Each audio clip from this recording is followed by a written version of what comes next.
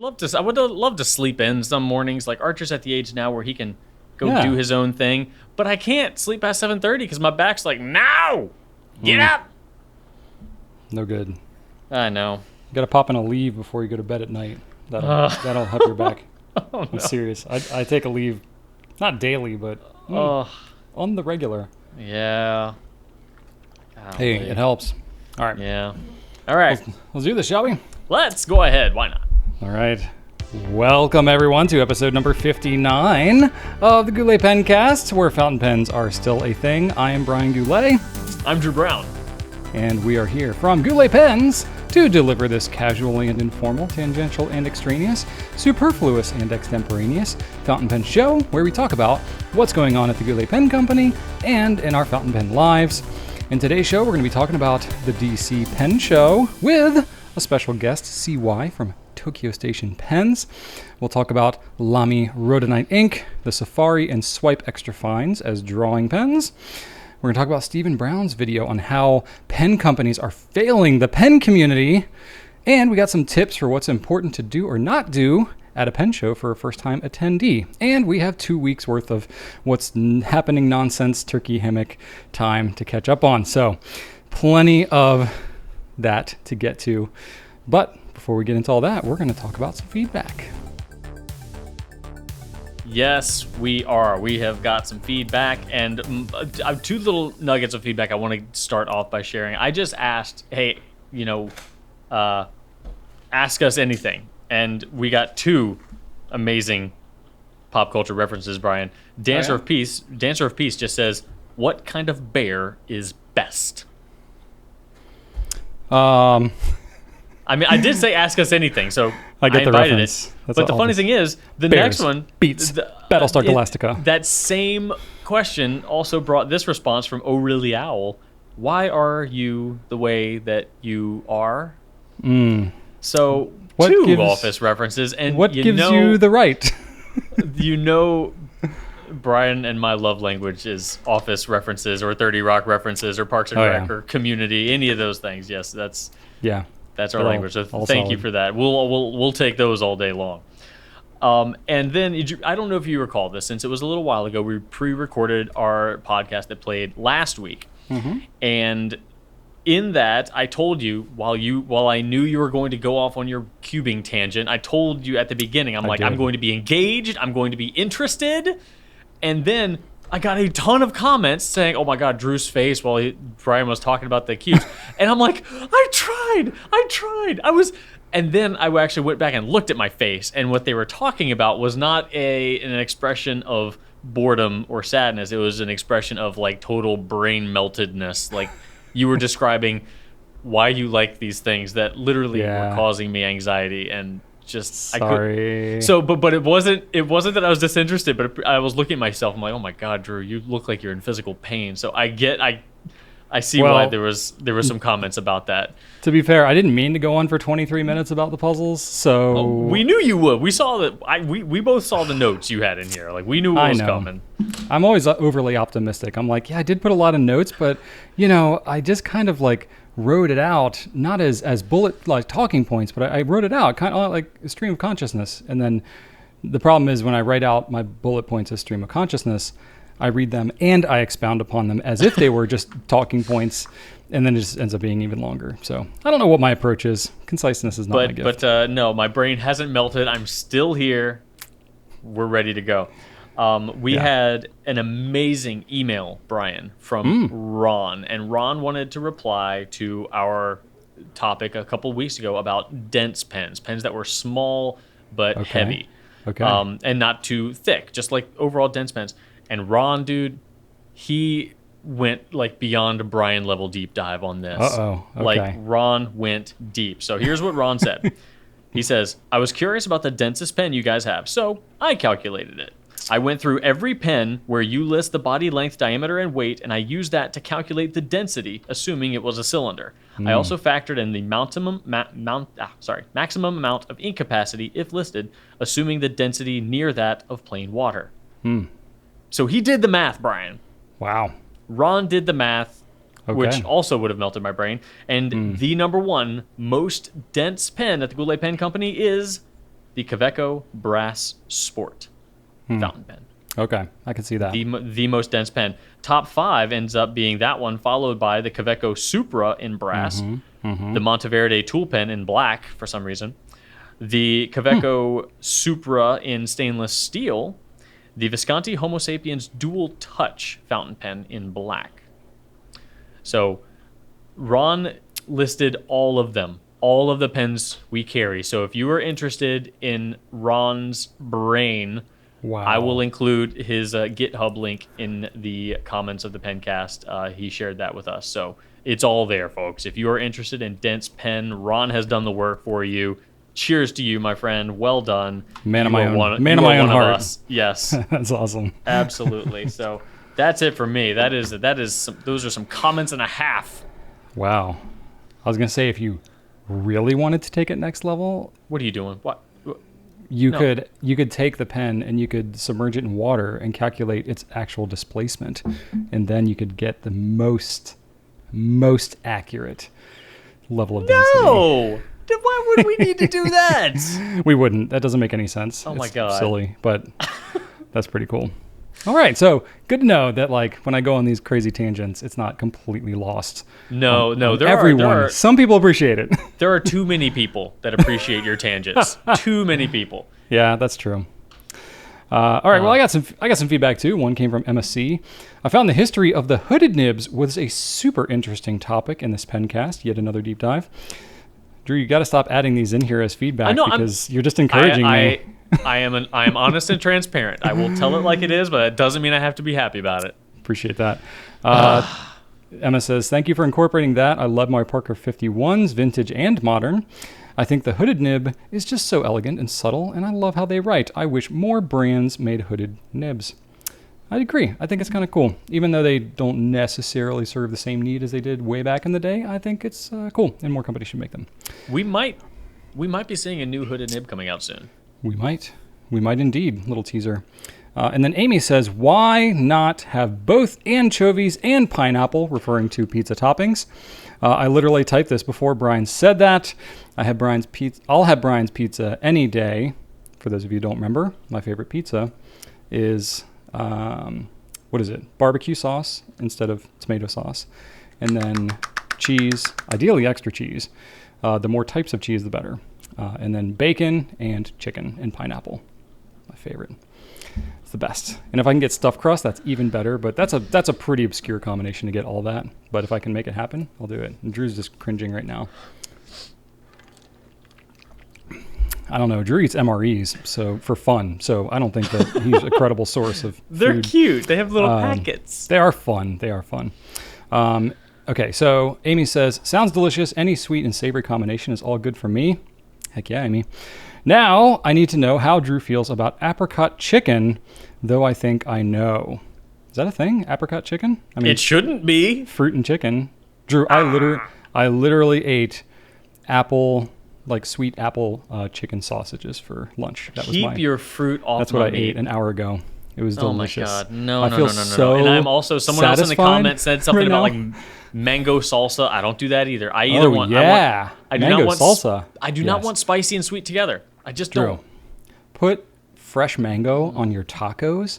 No. Oh my gosh. No. Fish tacos, only. Yeah, you see that all the time. Yeah, tomato too. But no. Oh, tomato and mango. You're kidding me. Yeah. And lime juice. Yeah, throw it all in there. Cilantro. Oh, you vile human. Oh, yeah, we go all out with tacos. Yeah. Yeah, it's good stuff. God. Cool. God. There you go. So Drew and I have known each other a long time, but we don't have the same preferences of food. Though we do have a Venn diagram that overlaps. Yeah, that's true. Anyway, on to some actual pen things. Let's talk about some new stuff.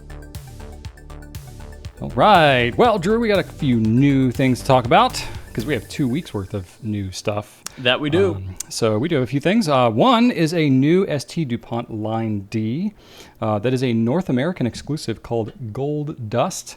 So this is a Urushi lacquer finish, which you don't see from many companies other than basically Japanese companies. And the rare Pelican limited edition every now and then. But ST DuPont, they do their own Urushi finishes and over top of metal pens. So Very cool finishes. And this one is gold dust. It's like a, essentially like a gold flake. I don't think it's actual gold. I think it's like a gold, I don't know what it is, some kind of gold glittery type material, but it looks probably cool. Something that shines better than gold flakes actually would. Yeah, I think gold flake would look good if it was on top of, just purely on top. And that's what you see in a lot of, urushi lacquer from Namiki and Sailor and stuff like that.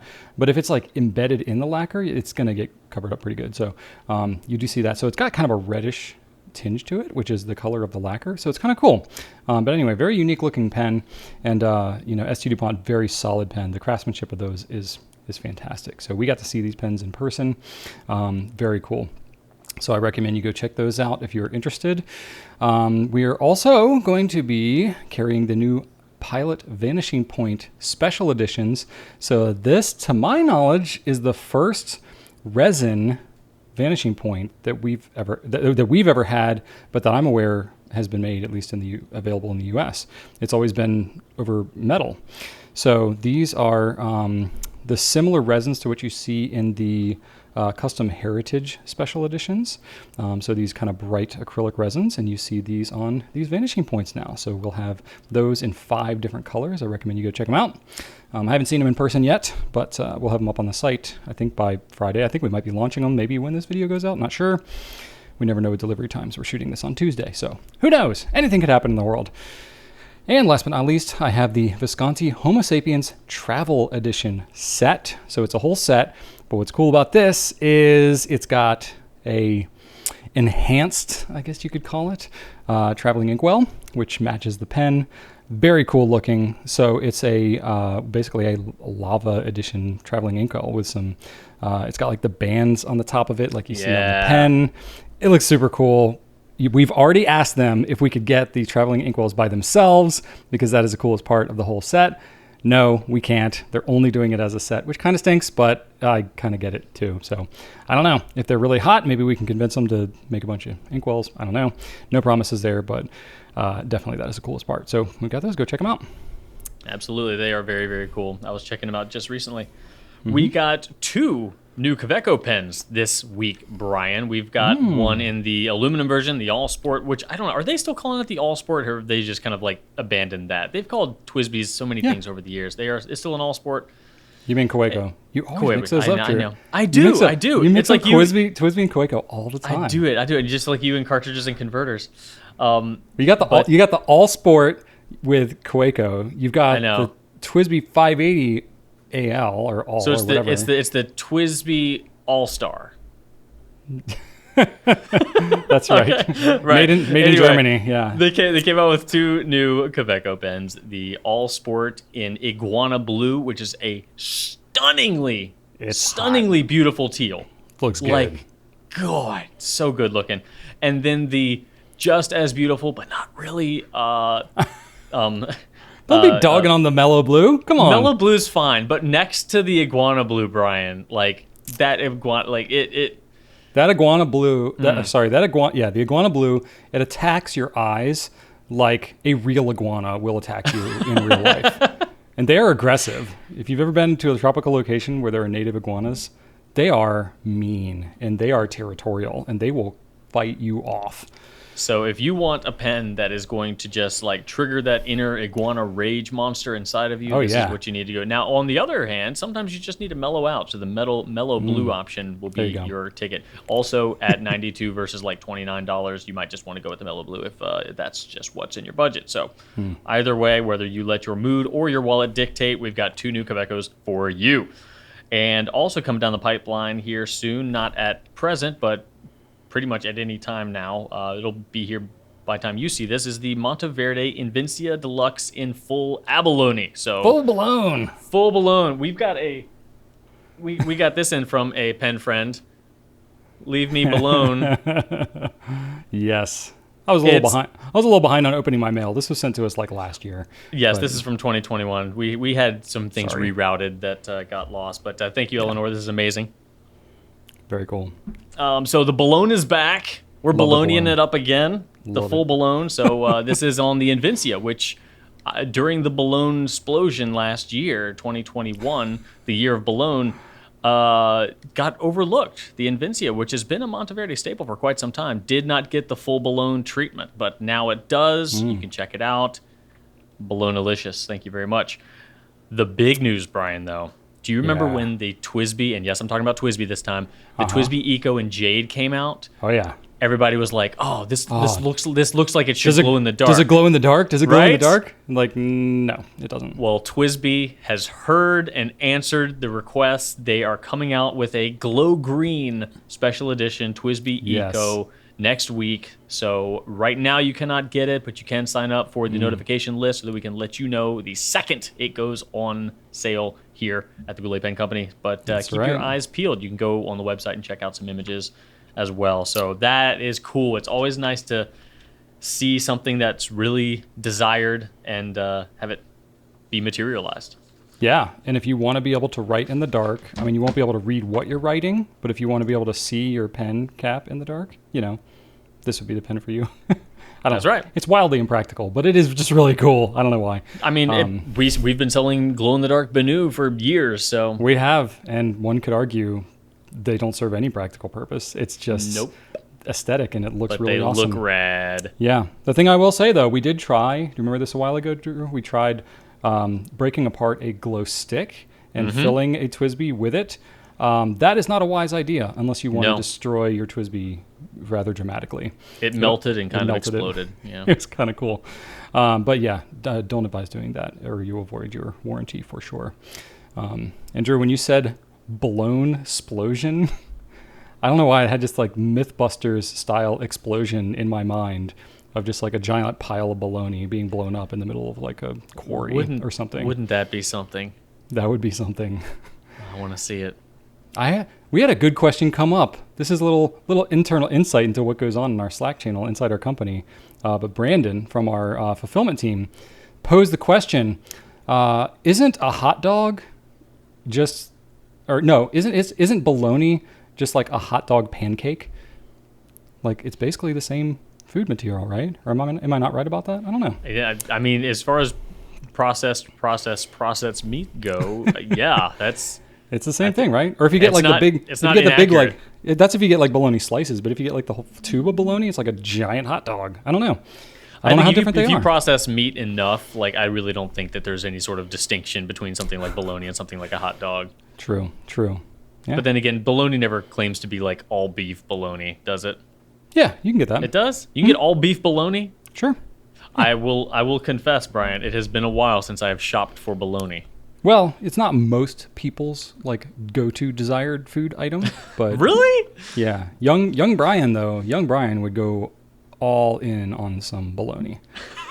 My mom would buy like the pack, not the like resealable pack that's like in plastic. I know what you take the lid and put it back on, but it would have like backing. Yeah, but no, this had like the red like ribbon stuff around the edges of it that you would like peel off and then you'd like eat the stuff off the ribbon. Yep.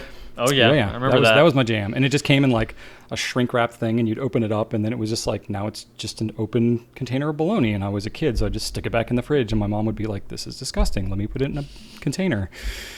And now I do the same thing with my kids because they're just animals. They'll open a pack of hot dogs, a resealable pack of hot dogs, and they'll just leave it open in the fridge, and all the hot dog juice will like go all over the inside of the fridge drawer and all that. And I'm just like, kids, come on. Hot dog juice. That's when you make them drink the hot dog juice out of like a little teaspoon. I mean, it's just juice from the hot dog, right? Like it shouldn't be that gross. Enjoy, kids. That just seems gross for some reason. Anyway, this is nasty, and you all definitely don't want to hear about this, so we are going to move on to our Q&A.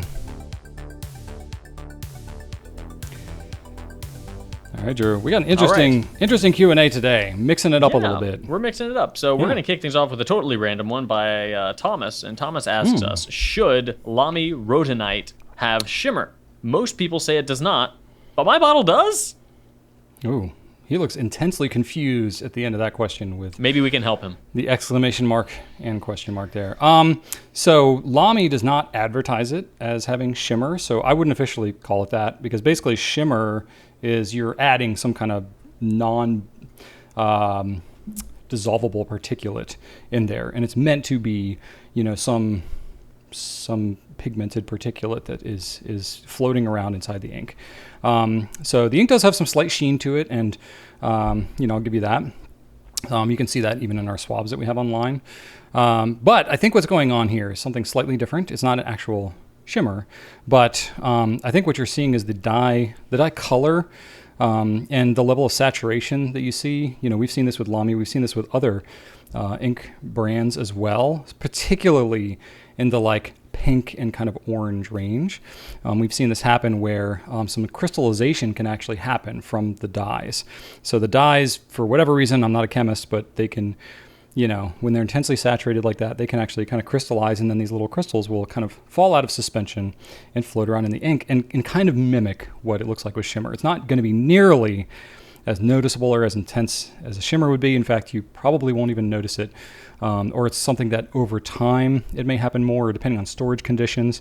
This crystallization might happen more over time. It's not anything, from what I understand, that impacts the flow of the ink unless it's happening in some extreme circumstance. Never heard of an issue with Lamy Rhodonite, but we've had other inks happen, like Noodler's Georgia Peach, Noodler's Dragon's Fire, sorry. So I would say that it's something that can happen, especially in this color range. And I think that's why, some people are saying that it doesn't do that, but your bottle does. I think you've got more crystallization maybe than what some other people have. So it looks a little more like shimmer. So I don't know if that's exactly what's happening. That's kind of what I surmise might be happening with your bottle here. And I think that you've just got a little more crystallization going on. So I don't think you have to be worried about any extra cleaning or anything like that, unless you just find that there's flow issues or a problem. And then, if you really find it to be a problem, you can always use like a coffee filter or something like that, and just like pour your ink through that and filter out any particulate that's in there. But that's even a pretty extreme case. I don't think you really need to even go that far with it. I think just use the ink and enjoy it. And if it happens to look a little bit shimmery, then great. And if not, then that's great too. That's just going to be characteristic of that ink, because it may be, a little bit different from one person to the other. So anyway, you got any thoughts, Drew? I do, Brian. I would call it a shimmer ink. Really? Why would you call it that? Every bottle I've ever seen, a Rhodonite, even back when we first got into crystal editions, has had shimmer on the bottom that you'd need to shake out and agitate. To me, it does not look like the more crystalline, floaty bits that you were describing, because I have seen those as well. This stuff settles right to the bottom like shimmer does. There's not a lot of it, though, so it's... Yeah, that's why I wonder if... And they definitely don't advertise it, so... but from what it looks like on the swab and what it looks like in the bottle, like if you shake it up, it looks like shimmer to me. So I would go ahead and call it a shimmer ink, like just because of what's in there, the way it behaves, the way it flows, and the way it settles, too. It behaves just like a shimmer ink would, but like Brian said, they don't call it a shimmer ink, so we try not to advertise... So do you see, I'm curious now, because I have a bottle of this, but it's at my office and I haven't looked at it since we got this question in. Does it actually show up like shimmer on the paper? So that I did not do. When this question came in, I did double check a bottle, because I remembered it doing that as well. And I did double check to see if they still did it, and they do, but I did not swab it up. Okay. So that would be, to me... basically, if they don't call it that, then I wouldn't call it that. Because, right, of course. Yeah, that probably wouldn't change what we call it on the website. But Right. But I think it's like, it's sort of like a sheen. It's like some inks have a heavy sheen, some don't.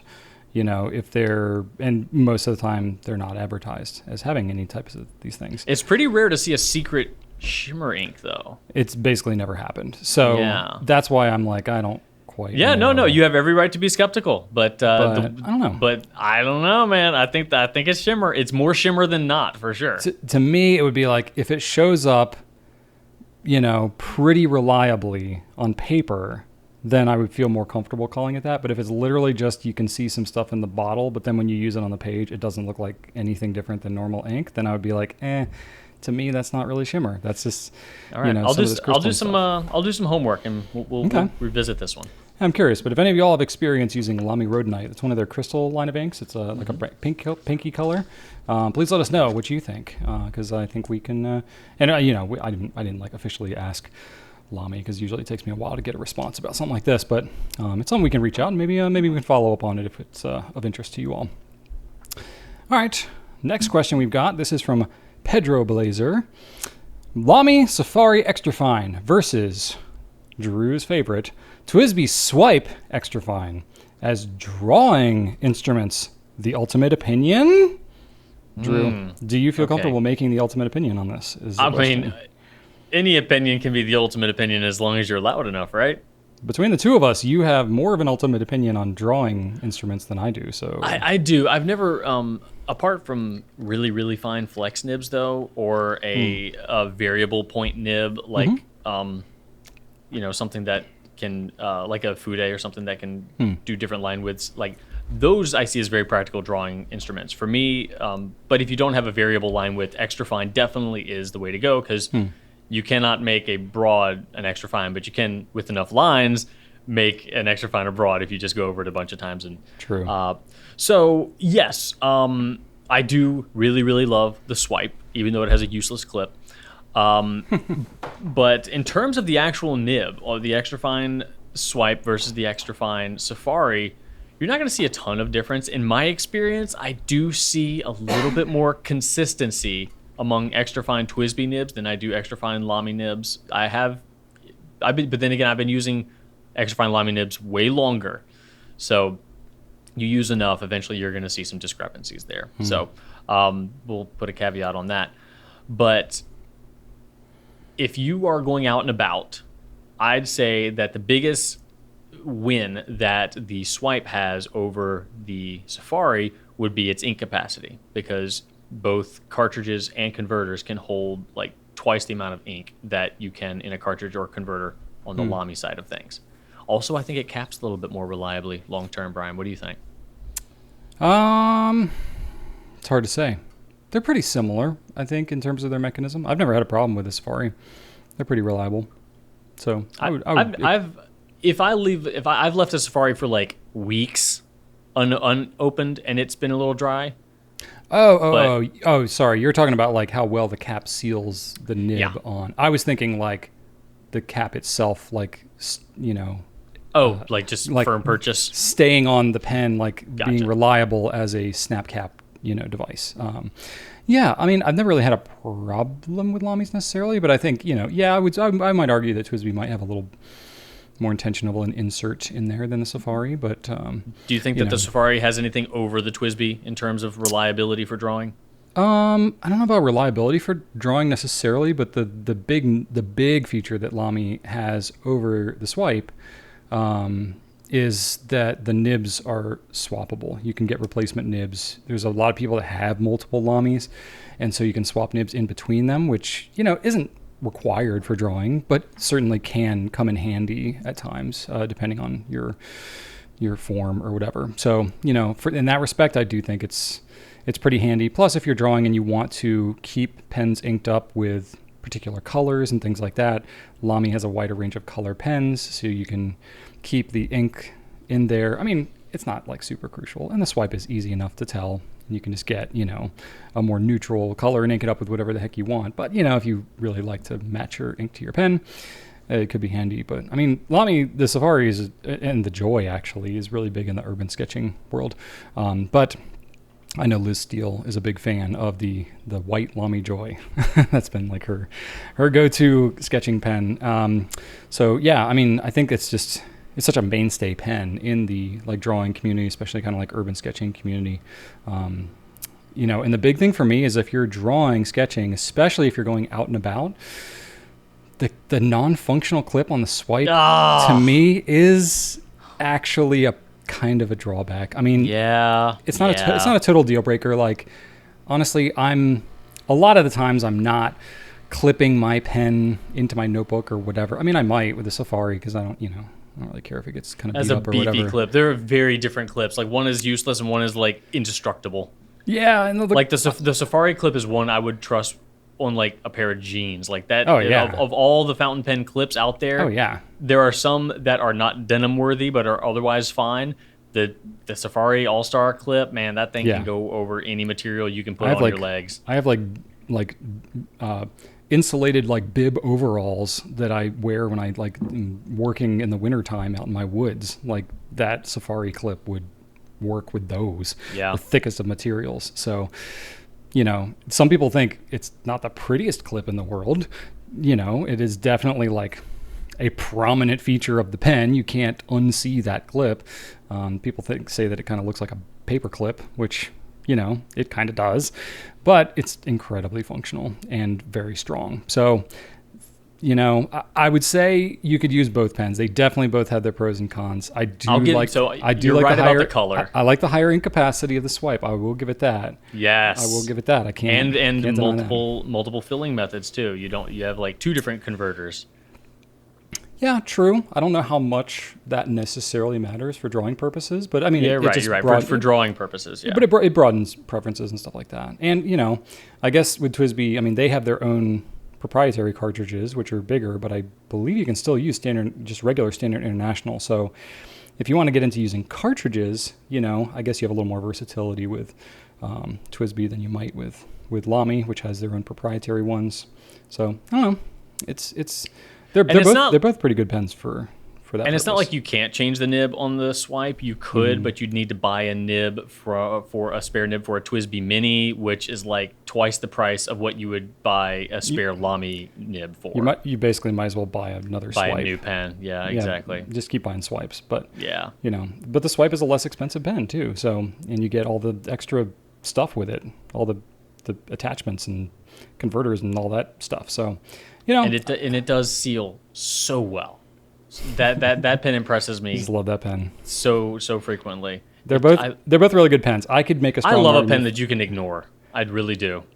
I love a pen that will ignore. It's like one of those friends that you don't have to do anything with. You can just see them like once a year and just be cool. They don't require anything. They're not high maintenance. They don't need you to be texting them or like hanging out with them and their kids. Like, no. If you see them, great. It's just like it always has been.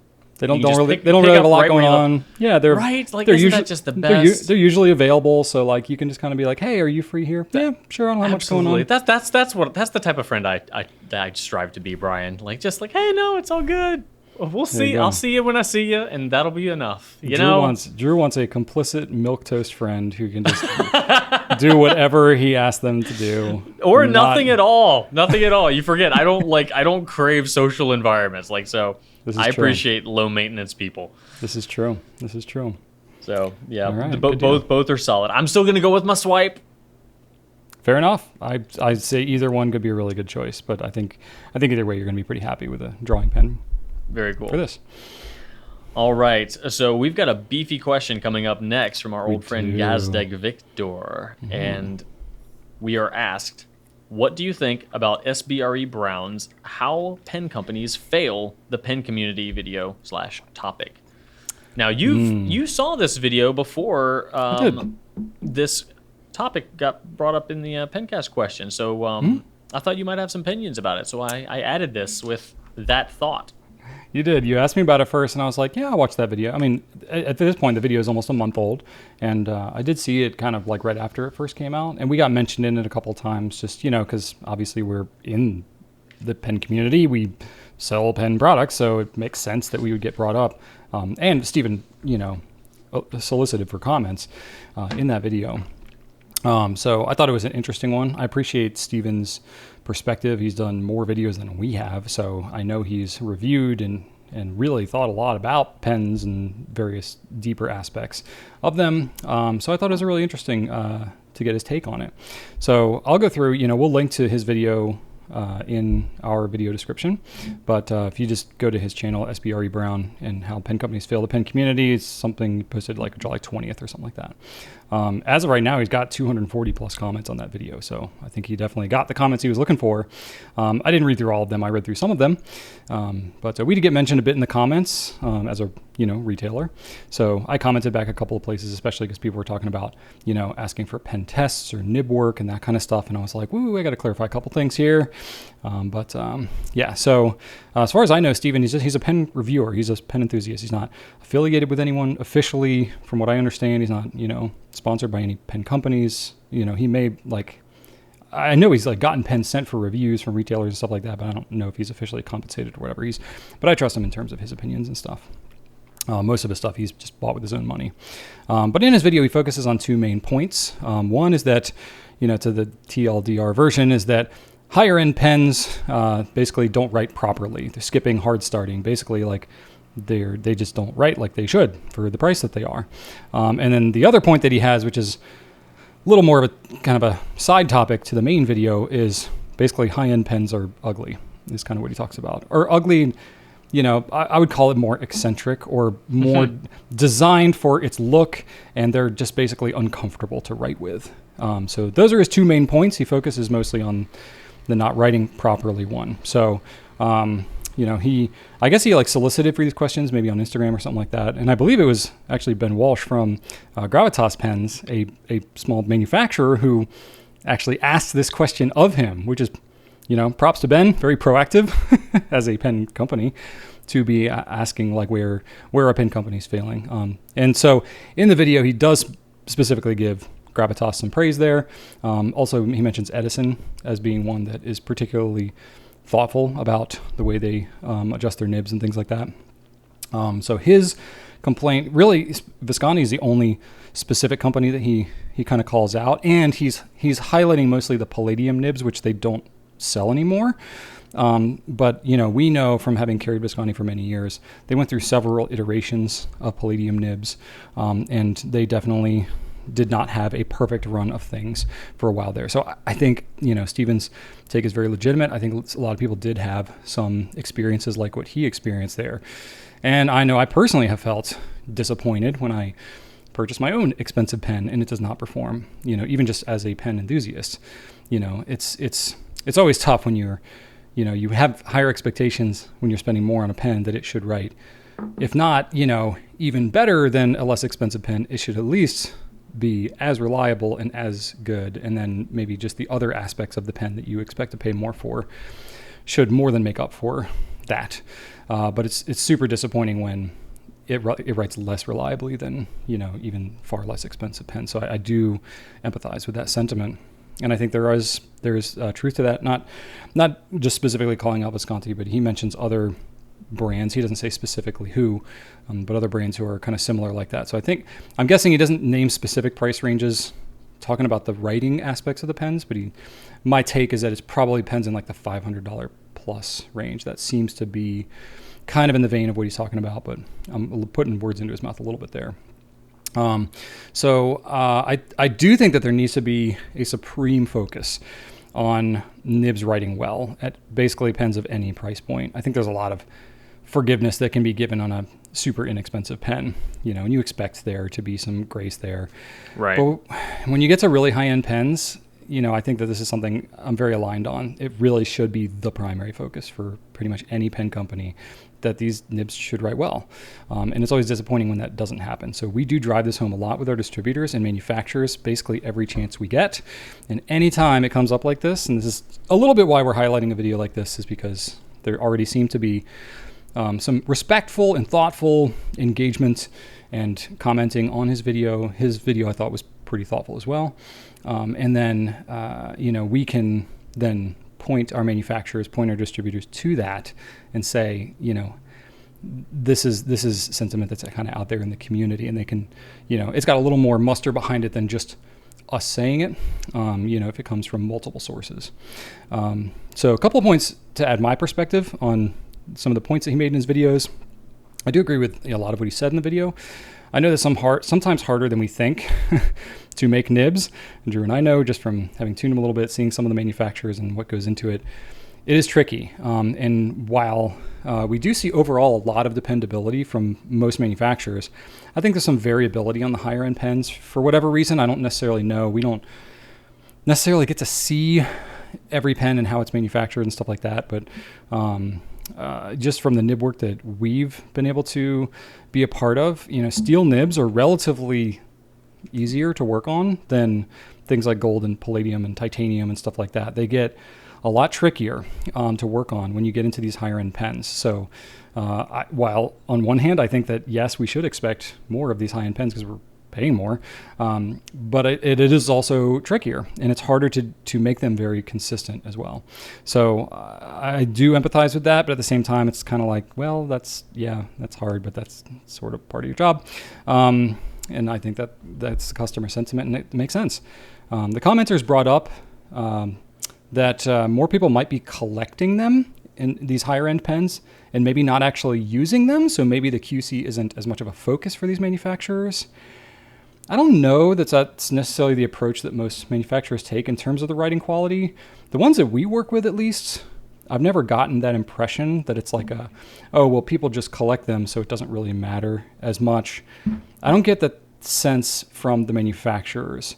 I think the distributors, depending on maybe who it is that's mostly buying a pen, if it's more of a fashion pen as opposed to an actual everyday writing pen, some of the points of what's emphasized, and this kind of touches more on his second point of the pen design, not necessarily the writing quality. I don't know any pen company who's like, we don't care what the pen writes like, because that doesn't really matter. That I don't think is necessarily fair to say, but I can see where it might come across like that as an outside observer. But that's not been my experience from talking to the manufacturers. None of them are just like openly discounting it because of that. So ever since we got into the business, nib issues have honestly kind of always been, a front and center point, and something that has always been kind of a challenge, especially when there's new pens that are developed, nib changes that are made, any type of, new design or a new type of nib. It's always, something new that they have to figure out. And, it's tough from the nib work that we know, especially when you're talking about things like skipping and hard starting and all that. There's definitely principles that apply to pretty much any nib design in terms of, how you grind the tip and how you spread the tines and things like that. But honestly, it's hard to tell unless you just have a whole lot of nibs and you put ink to paper and you try a lot of different types of ink, a lot of different types of paper, and you see how it goes. But I do know with pens that, especially with ones that have the nibs that have a lot more flexibility to them, there's a lot more variables that can happen in terms of what's going to flow, what's going to skip, what's going to do that. Excuse me.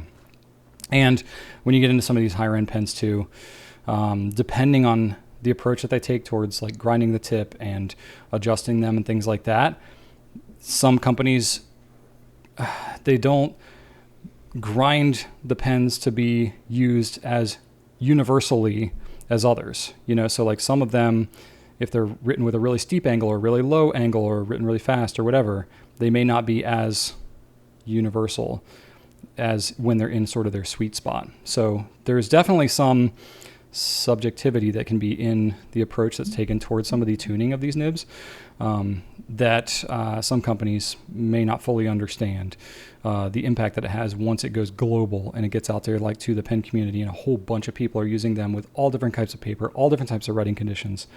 That's a challenge with every pen company, but obviously some have figured it out better than others. So it is something that we try to continue to point companies that, maybe get more of this type of feedback. We try to point them and say like, yeah, we know it's hard, but like other companies are doing it, so like try harder. Yeah. One little point, not to make any excuses, but this is something that we always keep in mind whenever we read, critical feedback from any brand, anything online, especially. Anytime there's anonymity behind it, people are much more brave to say things. We can't even necessarily verify that they've had the specific issues. They might be saying something that they've heard from someone else, and the rumor mill can get going. I didn't get that sense necessarily that that's what was happening in Steven's video. That's just like a general thing we have to keep in mind, especially with nibs, especially with certain brands. Visconti, I think, is more of a target than most because people have high expectations, because they've had some issues in the past. Now, I will say, like Steven says in his video, I think we're seeing fewer issues with their newer gold nibs that they're doing more in-house than with their Palladium ones, which Bock was making.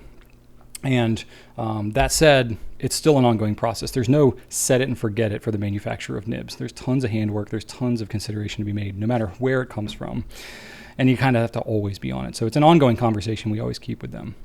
But the thing to keep in mind whenever reading this type of feedback online, people are 29 times more likely to share negative feedback than positive feedback.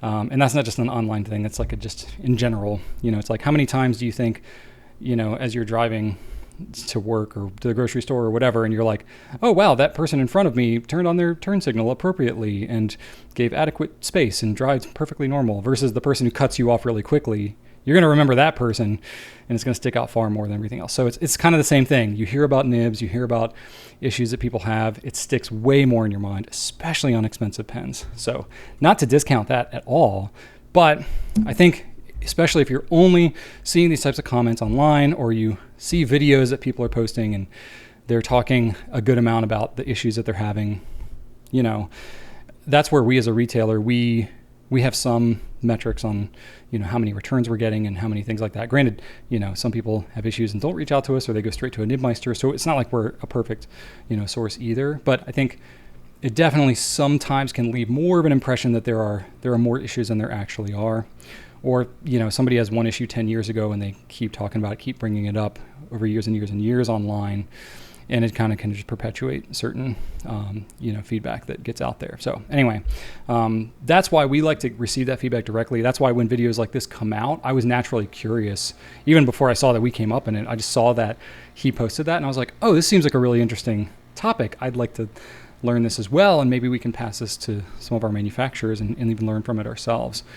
So that's why I really liked this video. But what we like to do is compile this type of feedback. We have our own, obviously, social channels and emails and live chats and all kinds of feedback that we get.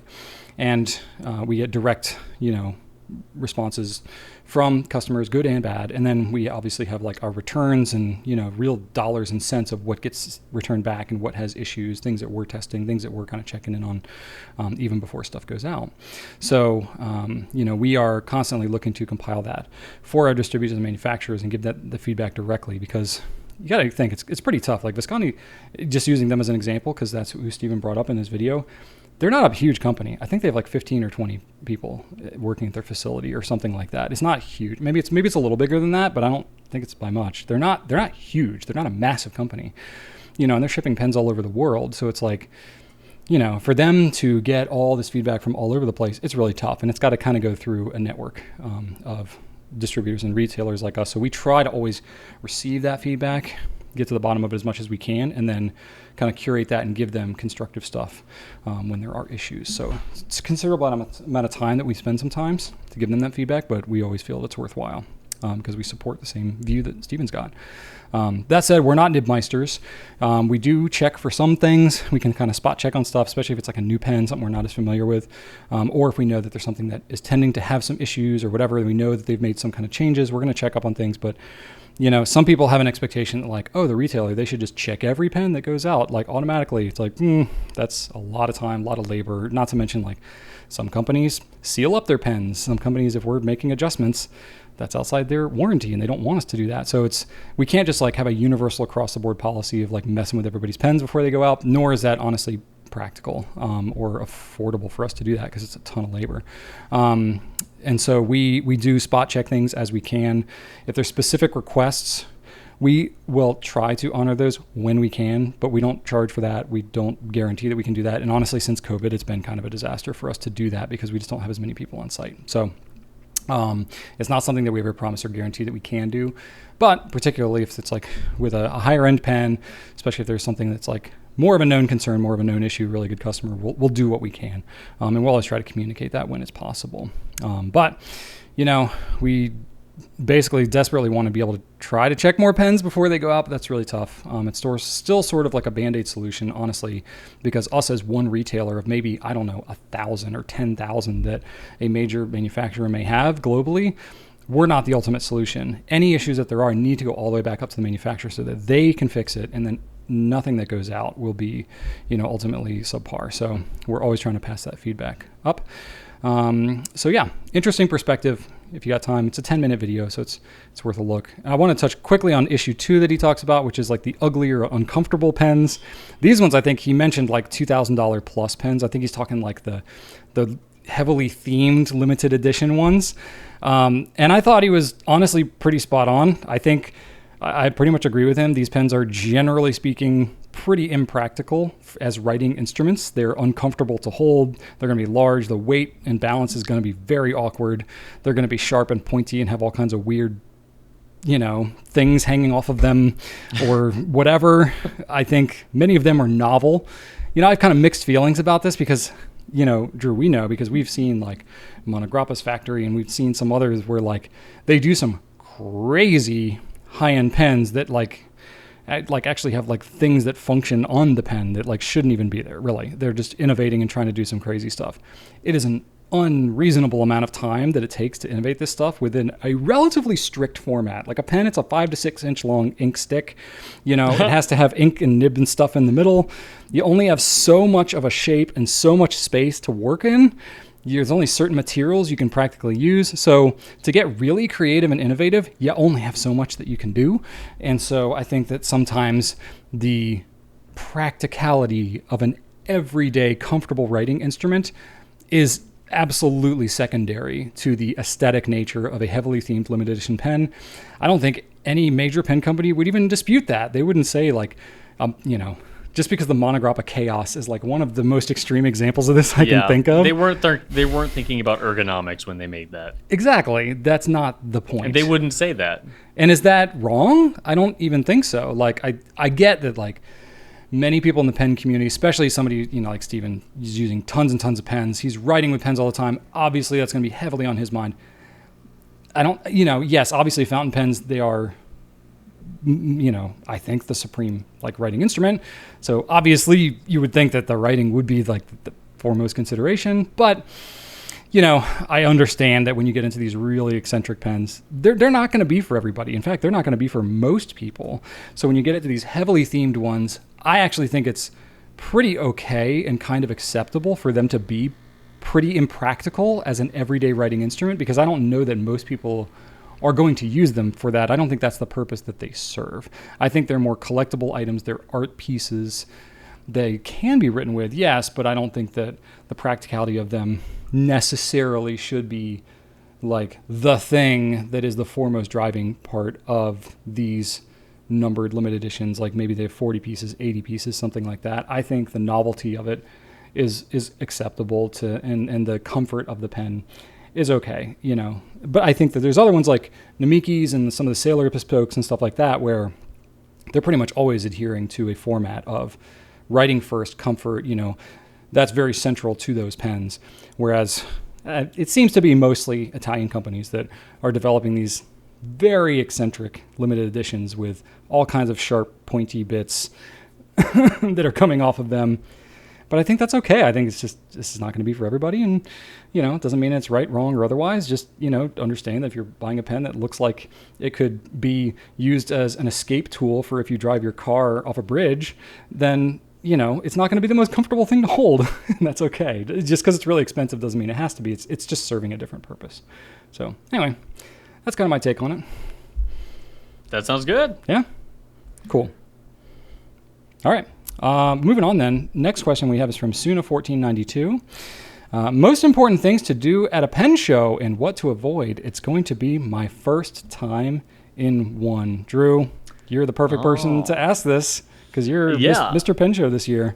Or this month anyway. I have been to the DC show this month. I will be going to the San Francisco show. When this comment came in, it's possible that Suna1492 was about to go to the DC show, or Suna might be getting ready to go to the San Francisco show. Either way, this Pencast will air before the San Francisco show, so kind of covering some of this stuff might in fact be relevant.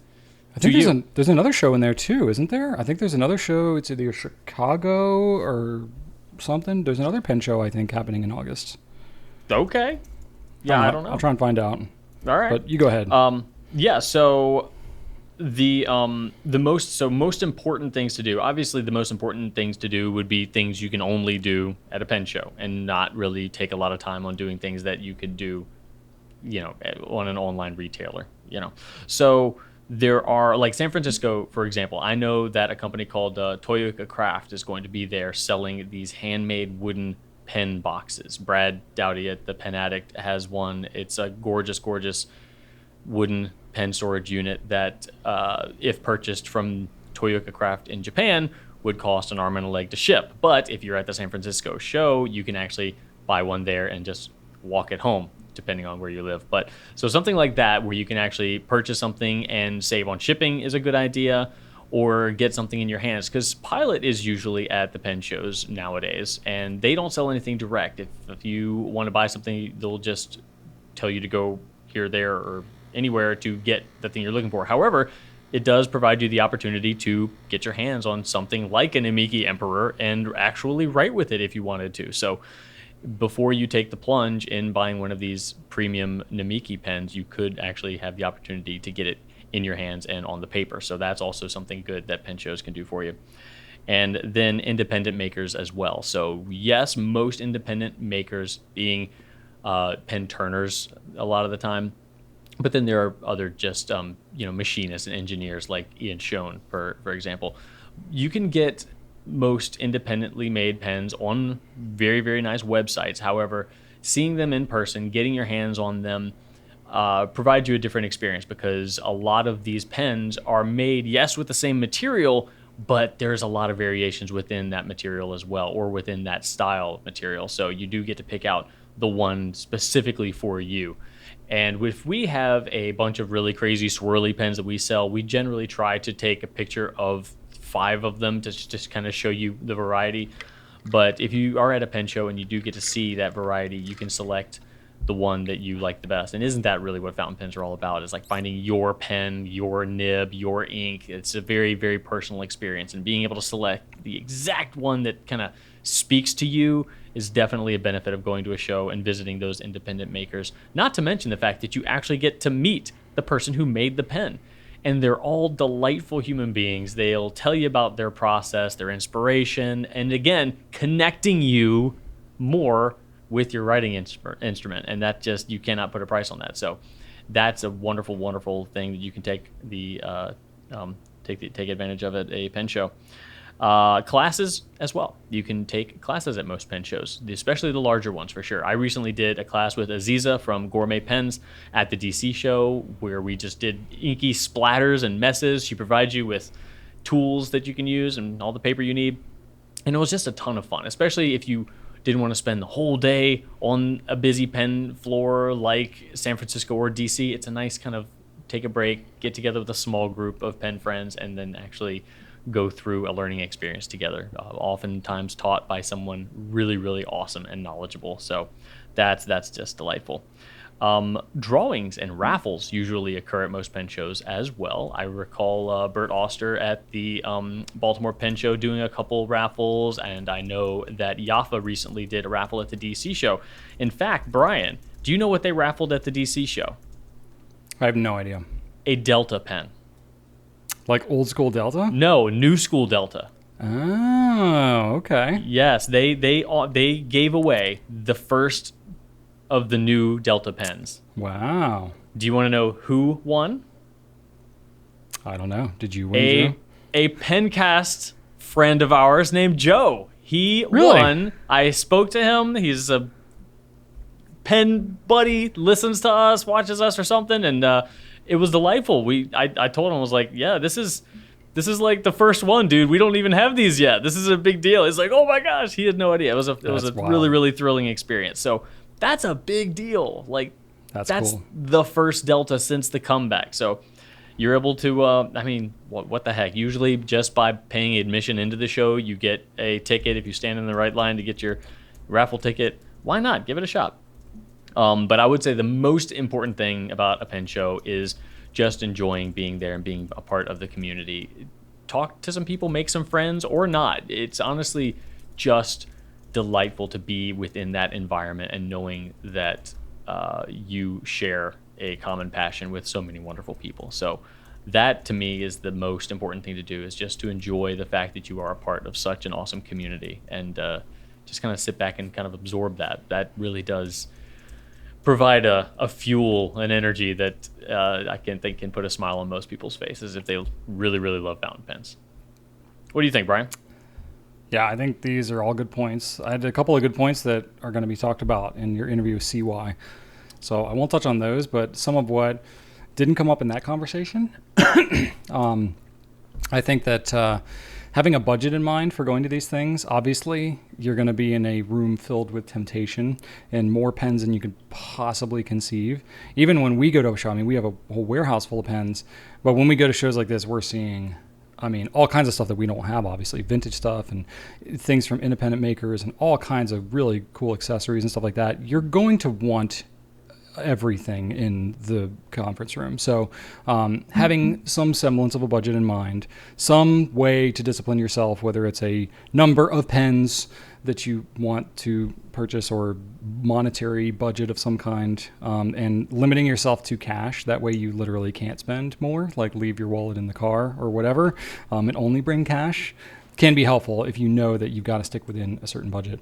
I recommend that. And if you have something like rare or vintage or special or something you're like commissioning from, like say you want to get a, Canalea pen or a Jonathan Brooks or something where like, they're going to be at the show. They're only going to have certain materials, certain pens, and it's not something you can easily get elsewhere.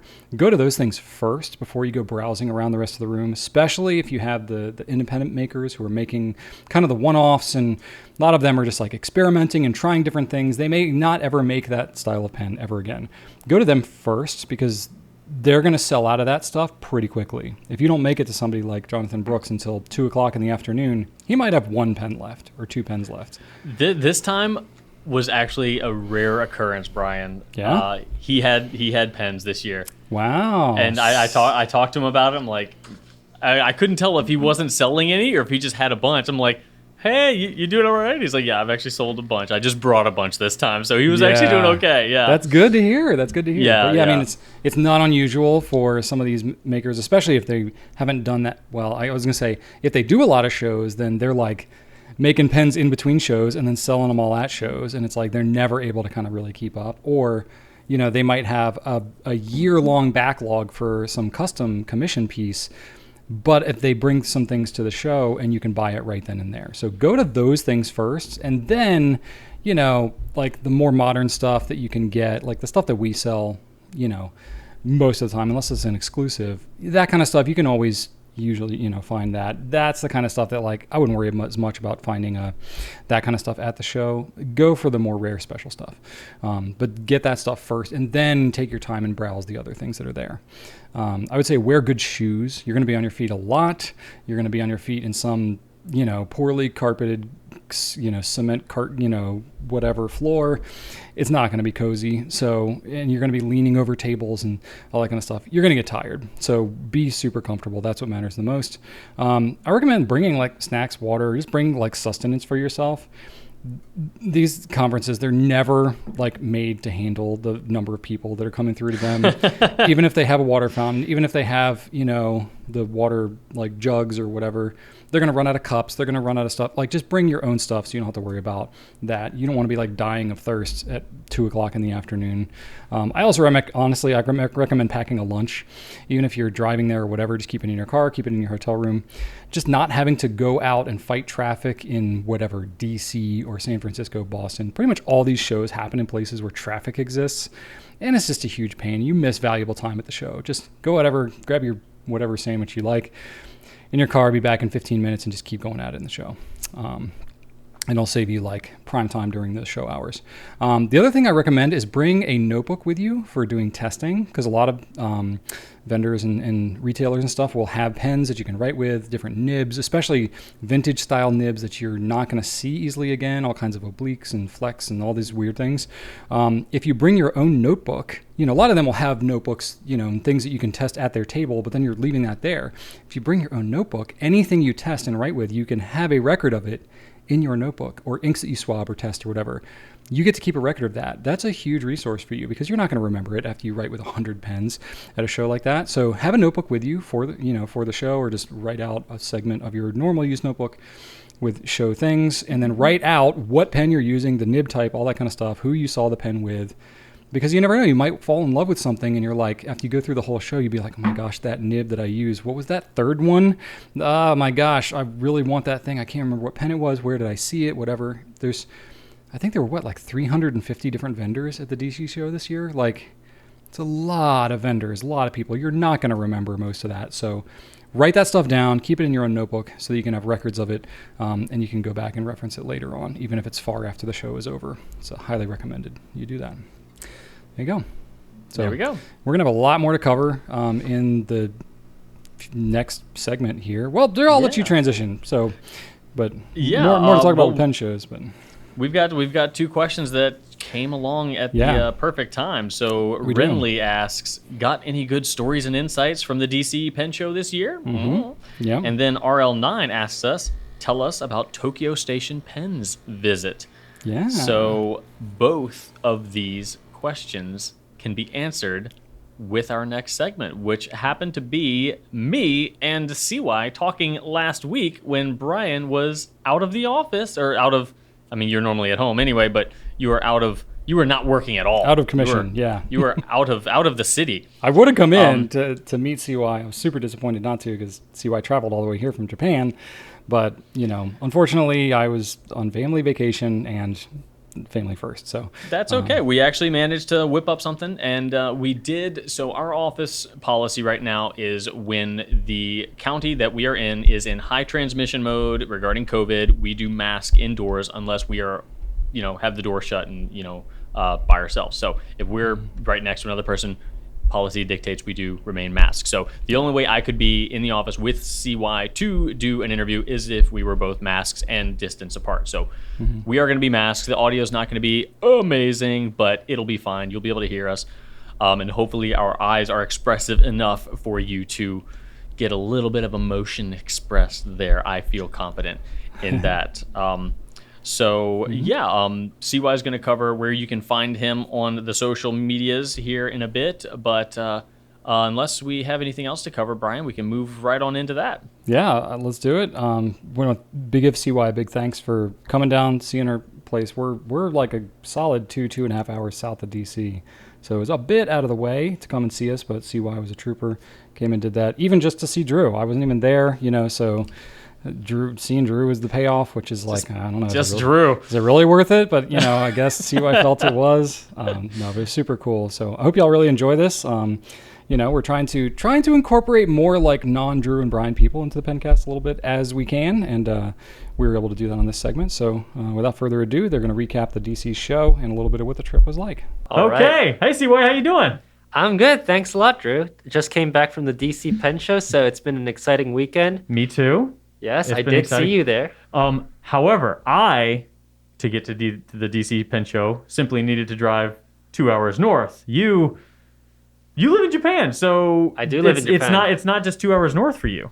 It isn't. So for those of you who don't know me, I go by on the internet as Tokyo Station Pens, and as the name suggests, I live in Tokyo. It's a blast. I live in pen heaven, but my parents actually live out here in the DC area, so I thought that since we had this COVID thing, I get the opportunity to visit my parents for more than several weeks, since no company or no humanitarian company will say, no, you don't get to see your family after 4 years. So has it been 4 years? It's been 4 years for me because I don't come every year. Oh, wow. Yeah. You haven't seen your mom in 4 years? Yeah, I haven't seen my parents in 4 years.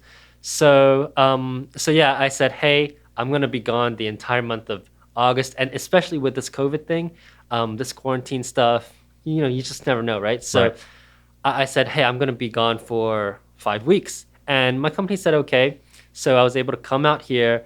And of course, I had to time it for both the DC show and the San Francisco show. Not bad. Yep. And so, we always hear about the DC Super Show. It's the biggest show. And we got a pen show out in Japan, but it's very different. You have a pen show. The Tokyo International Pen Show is the other big daddy. Basically, you've got DC, San Francisco, and Tokyo. Those are the three probably biggest ones, right? That's what they say. Made it to DC, was able to attend the show, and met a lot of people for the first time in person. Because a lot of people know me through my podcast, Tokyo Inklings. A lot of people follow me on my Instagram, but they've never really seen me before. At least they might have seen me on video when we do the show for the Tokyo International Pen Show, but I've never seen them. Right, same. It was honestly, I really like that, because some people will come up and say like, hey, sorry, you don't know me, and then they'll mention their name like, oh no, you comment regularly. That's awesome. And I love that, because it takes some of the pressure off. It's like, you don't need to bother introducing yourself. Half the work's already done, and I love it. I think that's great. And honestly, I feel kind of the same way, because if I meet somebody who I just know from the YouTube comment section or Instagram, in a way, I feel like I'm getting to meet someone kind of like a celebrity too. Of course, they're like, oh no, I'm just like, no, it's really exciting being able to put a name to the face in a lot of the instances. I think it's super fun. So never worry about coming and saying hi to me. Odds are I will be more awkward than you anyway. I think the first hug I gave somebody just stepped right on their foot. So it was full of moments like that. So, But, Drew, I have to say, it was, and it must be the same for you as well. It's really a humbling experience to be in the same room as people who listen to you. I mean, your podcast, this podcast is once every week, right? For me, it's once every 2 weeks. Right. But it's really humbling for people to come up to me and say, hey, I listened to your podcast and I love the work that you do. It makes me feel really appreciated, and makes, the work, the effort. And we spend a lot of time on this, right? Yeah. And it does make everything worth it. So I think for those people who are coming up to us at these shows, at these events, and actually telling us that they follow the podcast, they follow the Pencast, that's actually super appreciated by people like us, because it really just it's very validating, and it's very humbling, and it really shows that we actually make a difference. And I think one of the good things about doing stuff like this, and in general the stationery industry, when we sell products to other people, I do feel like we are raising the level or the quality of life of somebody. And in our interactions with these people, that actually does come through. They say, hey, I got that grind from you a few years ago. I'm using it as a daily driver. Just imagine that, understanding, hey, they're using something that I created for them for 600 days, and that might be what really makes their day, right? That's something that they pick up and they say, oh, this is going to make me really happy at work today. And it just is very humbling. It's a very beautiful experience, and I think so. I would definitely say don't hesitate to come up and say hi. For me, behind the table grinding, I might be a bit busy, but I'll always try to make time to at least shake your hand, give you a fist bump, say hi back. And that was interesting, because you were doing a bit of double duty at the show. I was just roaming around everywhere, but you were trying to juggle nib grinding. You had your days fully booked, right? Yep. So you had scheduled, people could sign up and you would grind their nibs. For those of you who don't know, CY is a professional nib grinder. He can not only do reshaping, but he also does some welding also. I do, yeah. Some and that is not a different type of welding from Brian. Yeah, if he were to do a nib, it would need to be like the size of a dining room table. But you also brought, like you said, some pens from Japan that you can't normally get. So you were somehow juggling selling pens and grinding pens simultaneously. Like you would be grinding somebody's nib, and then you'd have somebody come over and be like, hey, what about that? Yeah. Or, was that, how do you feel like, because that was your first time doing that, right? How do you feel like that went for you? Yeah, so definitely a lot busier than I expected. I had my mother help me out at the show. She was fantastic. Really, she was a champion. And she, by day 3, learned all of the inks, learned all of the story. Yeah. And I didn't teach her because she asked me, she's like, hey, I need to know this stuff. I said, look, I have 170 something SKUs here. I'm not going to be able to teach you everything. You just have to learn it on the fly. I think if I were to redo, I'd probably have one more person help me and also buy another table, because I was one table with nib grinding, selling pens, selling inks. Yeah. But the ink stuff, I could leave it to my mom. It was not that big of a deal. But definitely the more higher dollar item pen stuff, that was difficult. It was difficult to manage because my mother's not going to have all the answers. So she's going to come to me and be like, hey, do we still have this? And I'm like, oh, no, we don't have it anymore. And not only these 3 things, I was grinding, selling pens, selling inks, but then also talking to people who say, hey, I don't have grind for you, but I'm just here to say hi. I listened to your podcast. Right. That was definitely a lot. And I would, probably get a few more hands involved. You know what blew my mind was that, in keeping with how the show has been and how other pen shows have been, I saw so many nibmeisters there, so many nib grinding professionals. 10. I thought it was more than that, but still, yeah. There was a time where I would go to the DC show and you'd have 2. Yeah. Like, what's happening there? Like, what do you think is the reason behind? And not only that, but you also see, like, I've been going to the DC show since probably like 2016, 2017, maybe. And it just gets increasingly younger every year too. Yeah. Like the diversity just keeps on growing and growing, and that is happening while simultaneously, independent pen makers are rising. You see way more like people making their own resin pens, and the people grinding nibs are just exploding. What do you think is happening that could cause that? Yeah, so I actually think it's really interesting. I had a discussion about this with my mother after the show. She said, for her, she might be more of a traditionalist. She'd just use the regular FMNB or whatever came from the factory. Sure. And she asked me, why would somebody want their nibs ground?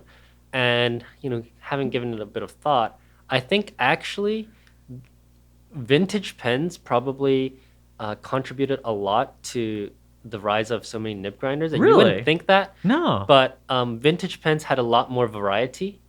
And that's true. There were a lot of, like a ton of Esterbrook nibs. Yeah.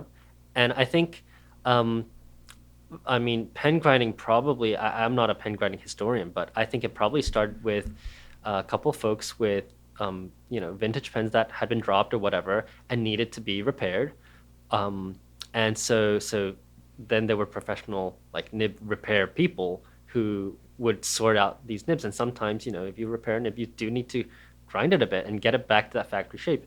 And then probably somebody else said, oh, I really like the feel of this vintage nib, but I like a modern body. Mm-hmm. Then it's like, hey, can you make my pen feel like, X Esterbrook nib? And then people started, posting online with their modern pens with these grinds. Right. And so if you didn't have vintage pens, who would know what a stub is? Who would know what an italic is? Who would know what an architect is, right? So did they do architects on vintage pens? Probably some. Because I thought that was kind of like a more modern thing. I think less over here, but maybe more in like the Middle Eastern area.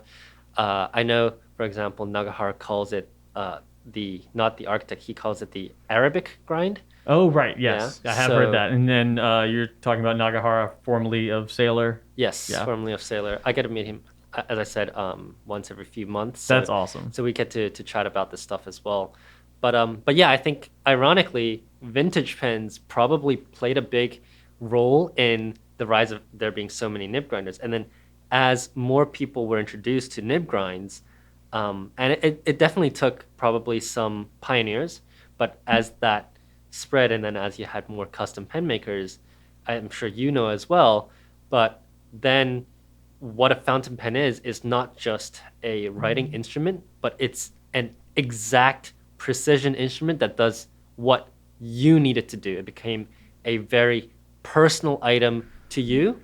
And who doesn't like that, Yeah, I think that's one of the main reasons fountain pens are as popular as they are right now, is because they are so personal. It's your pen, your nib, your ink, your paper in a lot of ways. Yeah. And that's super personal.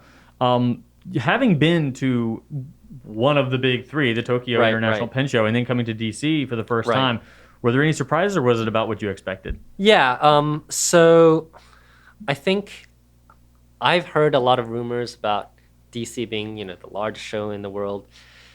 And I would say definitely by vendor number. Yeah. Definitely. I think there were almost 350 vendors out in DC. The halls were packed. They were, yeah. And it's definitely a very, very different vibe. So there are fewer vendors in Tokyo? There are definitely fewer vendors. And I'll talk about Tokyo in a bit. But I think for DC, it was definitely a lot of vintage focus, a lot of European brand focus, and a lot of individual vendors. Yeah. A lot of you had, of course, the big reps coming like Itoya. You had Pilot. You had Esterbrook. But for the most part, most of the tables were individual vendors. Yeah, a lot of vintage trading too. Yeah. Do they do vintage pens at Tokyo? So in the Tokyo show, it's almost no vintage pens. Really? Only 1 or 2 tables of vintage. Really? Yeah, and that's usually done by Mr. Pilot and Mori-san of Wagner. But otherwise, I've heard you talk about Mori-san on your podcast before. Yeah, he's like the head honcho of the local group there. But otherwise, it's mostly retail stores. It would be like Goulet pens. It would be like Anderson pens. Grombles showing, and then they would be there showing their exclusive pens or their exclusive inks. But it's much more professional. Oh yeah, well there's, DC's a lot of things. Professional doesn't come to mind immediately. Yeah, yeah. But one thing I will say is that I had expected. I guess I had expected there to be more of a crowd that would value some of the vintage stuff from Japan, whereas I did feel like coming to the show, most people were more interested in the US and European vintage products. Yeah, you don't see, like, when you look at vintage stuff at DC, it's I rarely see any vintage Japanese stuff. Yeah, yeah. Very rarely. I don't know why that is. Like, for the longest time, Pilot has been such a mainstay, including Platinum and Sailor has been such a mainstay in the industry. What do you have there? Well, I had this black stripe Pilot. What? This is a I want to say 1973 Pilot capless. Uh-huh. So one of the original caplasses. It's got the design language of one of the first Pilot customs. Yes. And it's kind of it's actually black acid etched. So it's not enamel. It won't come off. Do you see that? Is that the same sort of style they used in the earlier like Muse and the Murexes? Yeah. It was really about that time. This pen is quite sought after, especially on the online Japanese pen community. And I see that you still have it in your possession. I think it was only picked up. It was only picked up twice. Not even people buying or not. Like, people didn't even notice it. Yeah. It was, front and center. So I was a little bit surprised about that, to be honest. That is interesting. I had this flat top 74 again. I did see that. Right? It's not a very common pen. That's a beautiful pen. But again, I would love it if this was never picked up. That's crazy. So that I was a bit surprised at. A lot of the Sailors that I brought, pretty rare stuff. If I posted on Instagram, it would be gone within like 2 hours. That was there until Saturday afternoon. Goodness. Do you expect something different when you go to the San Francisco show here coming up? I think the San Francisco show is probably, from what I understand of the demographics, probably more oriented to modern pens and more oriented to like the Japanese scene. I guess we'll find out. Yeah, I guess we will. But I'm also going to Yoseika, so that's definitely going to be very, the people who go there will know everything that I bring. Right. So yeah, I mean, I'm very excited. I'm also going to be going to Dromgoals this weekend. Mm-hmm. So it's really exciting. And I brought a few. Well, when this airs, you will have already been there. Yeah, I've already been there. But yeah, I brought a few store exclusive Namiki Emperors, and those caught a lot of attention, but nobody really asked for like pricing. So yeah, I was a little bit surprised that there was definitely less transacting going on than I would have liked. But at the same time, it was my first time showing at a show, so that was a huge learning experience. I didn't leave my table at all. I mean, honestly, I didn't go to the DC Pen Show. I went to table 76. Yeah, that's a good DC point. Pen Show. That's a good point. Yeah. Man. What was like? Oh man, yeah. I almost wanted to ask you your favorite part, but you didn't really get to experience a lot of the show. Well, my favorite part definitely would have been people who, again, came over and said hi. Some people wanted to take pictures. Always very happy to oblige. But yeah, meeting listeners, meeting people who've been following my work, and a lot of people came up to me. They booked slots with me, and they said, I've been waiting to get a pen from you or get a pen done from you, but shipping to and forth from Japan, that's not really exactly cost effective. And so I'm so happy to be able to get this done by you. And that was, again, very, very humbling. That was very, it was a surreal experience. I bet, because you guys have, your podcast is about Japanese pen companies. Yes. But it's not specifically for Japanese pen audiences. I mean, certainly it can be, but right. I believe you've said that you and your podcast partner Jacob are doing this as in a for way the overseas audience. yeah, it's a service to help educate folks like me who need that insight, and you're both exceptionally good English speakers. Like there's so it's a really easy way to understand some of the details that don't get shared otherwise.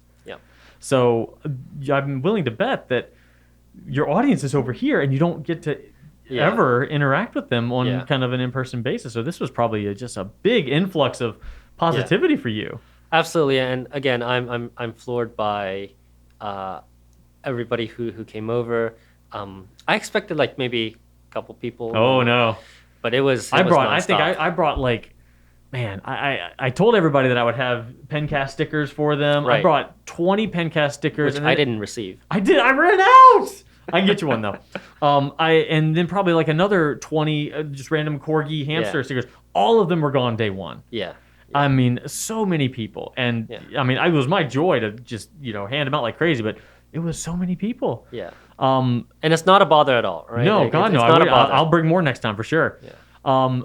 Yeah. So for me, I agree. It was absolutely the people. And I'm an introvert by nature, but when I'm there and I'm surrounded by just the joy and the positivity and just the energy overall, I might as well be the biggest extrovert in the world because it just fuels me. I'm in the best mood. I'm just smiling all day long. And there's something kind of magical about how a lot of us are the fountain pen person in their friend group, right?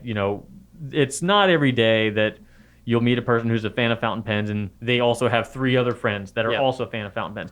But when they come to a show like this, they're instantly surrounded by people who are that pen friend. Absolutely. And even whether you're introverted or not, you just instantly have this connection. Yeah. You can talk to anybody in this gigantic ballroom about something and they'll know exactly what you're talking about. Yep. You don't have to explain what a fountain pen is to anybody. There's just this connection. And why your hands are inky. Oh, gosh. Is that blood on your hands? Or is that... I mean, ox blood, maybe.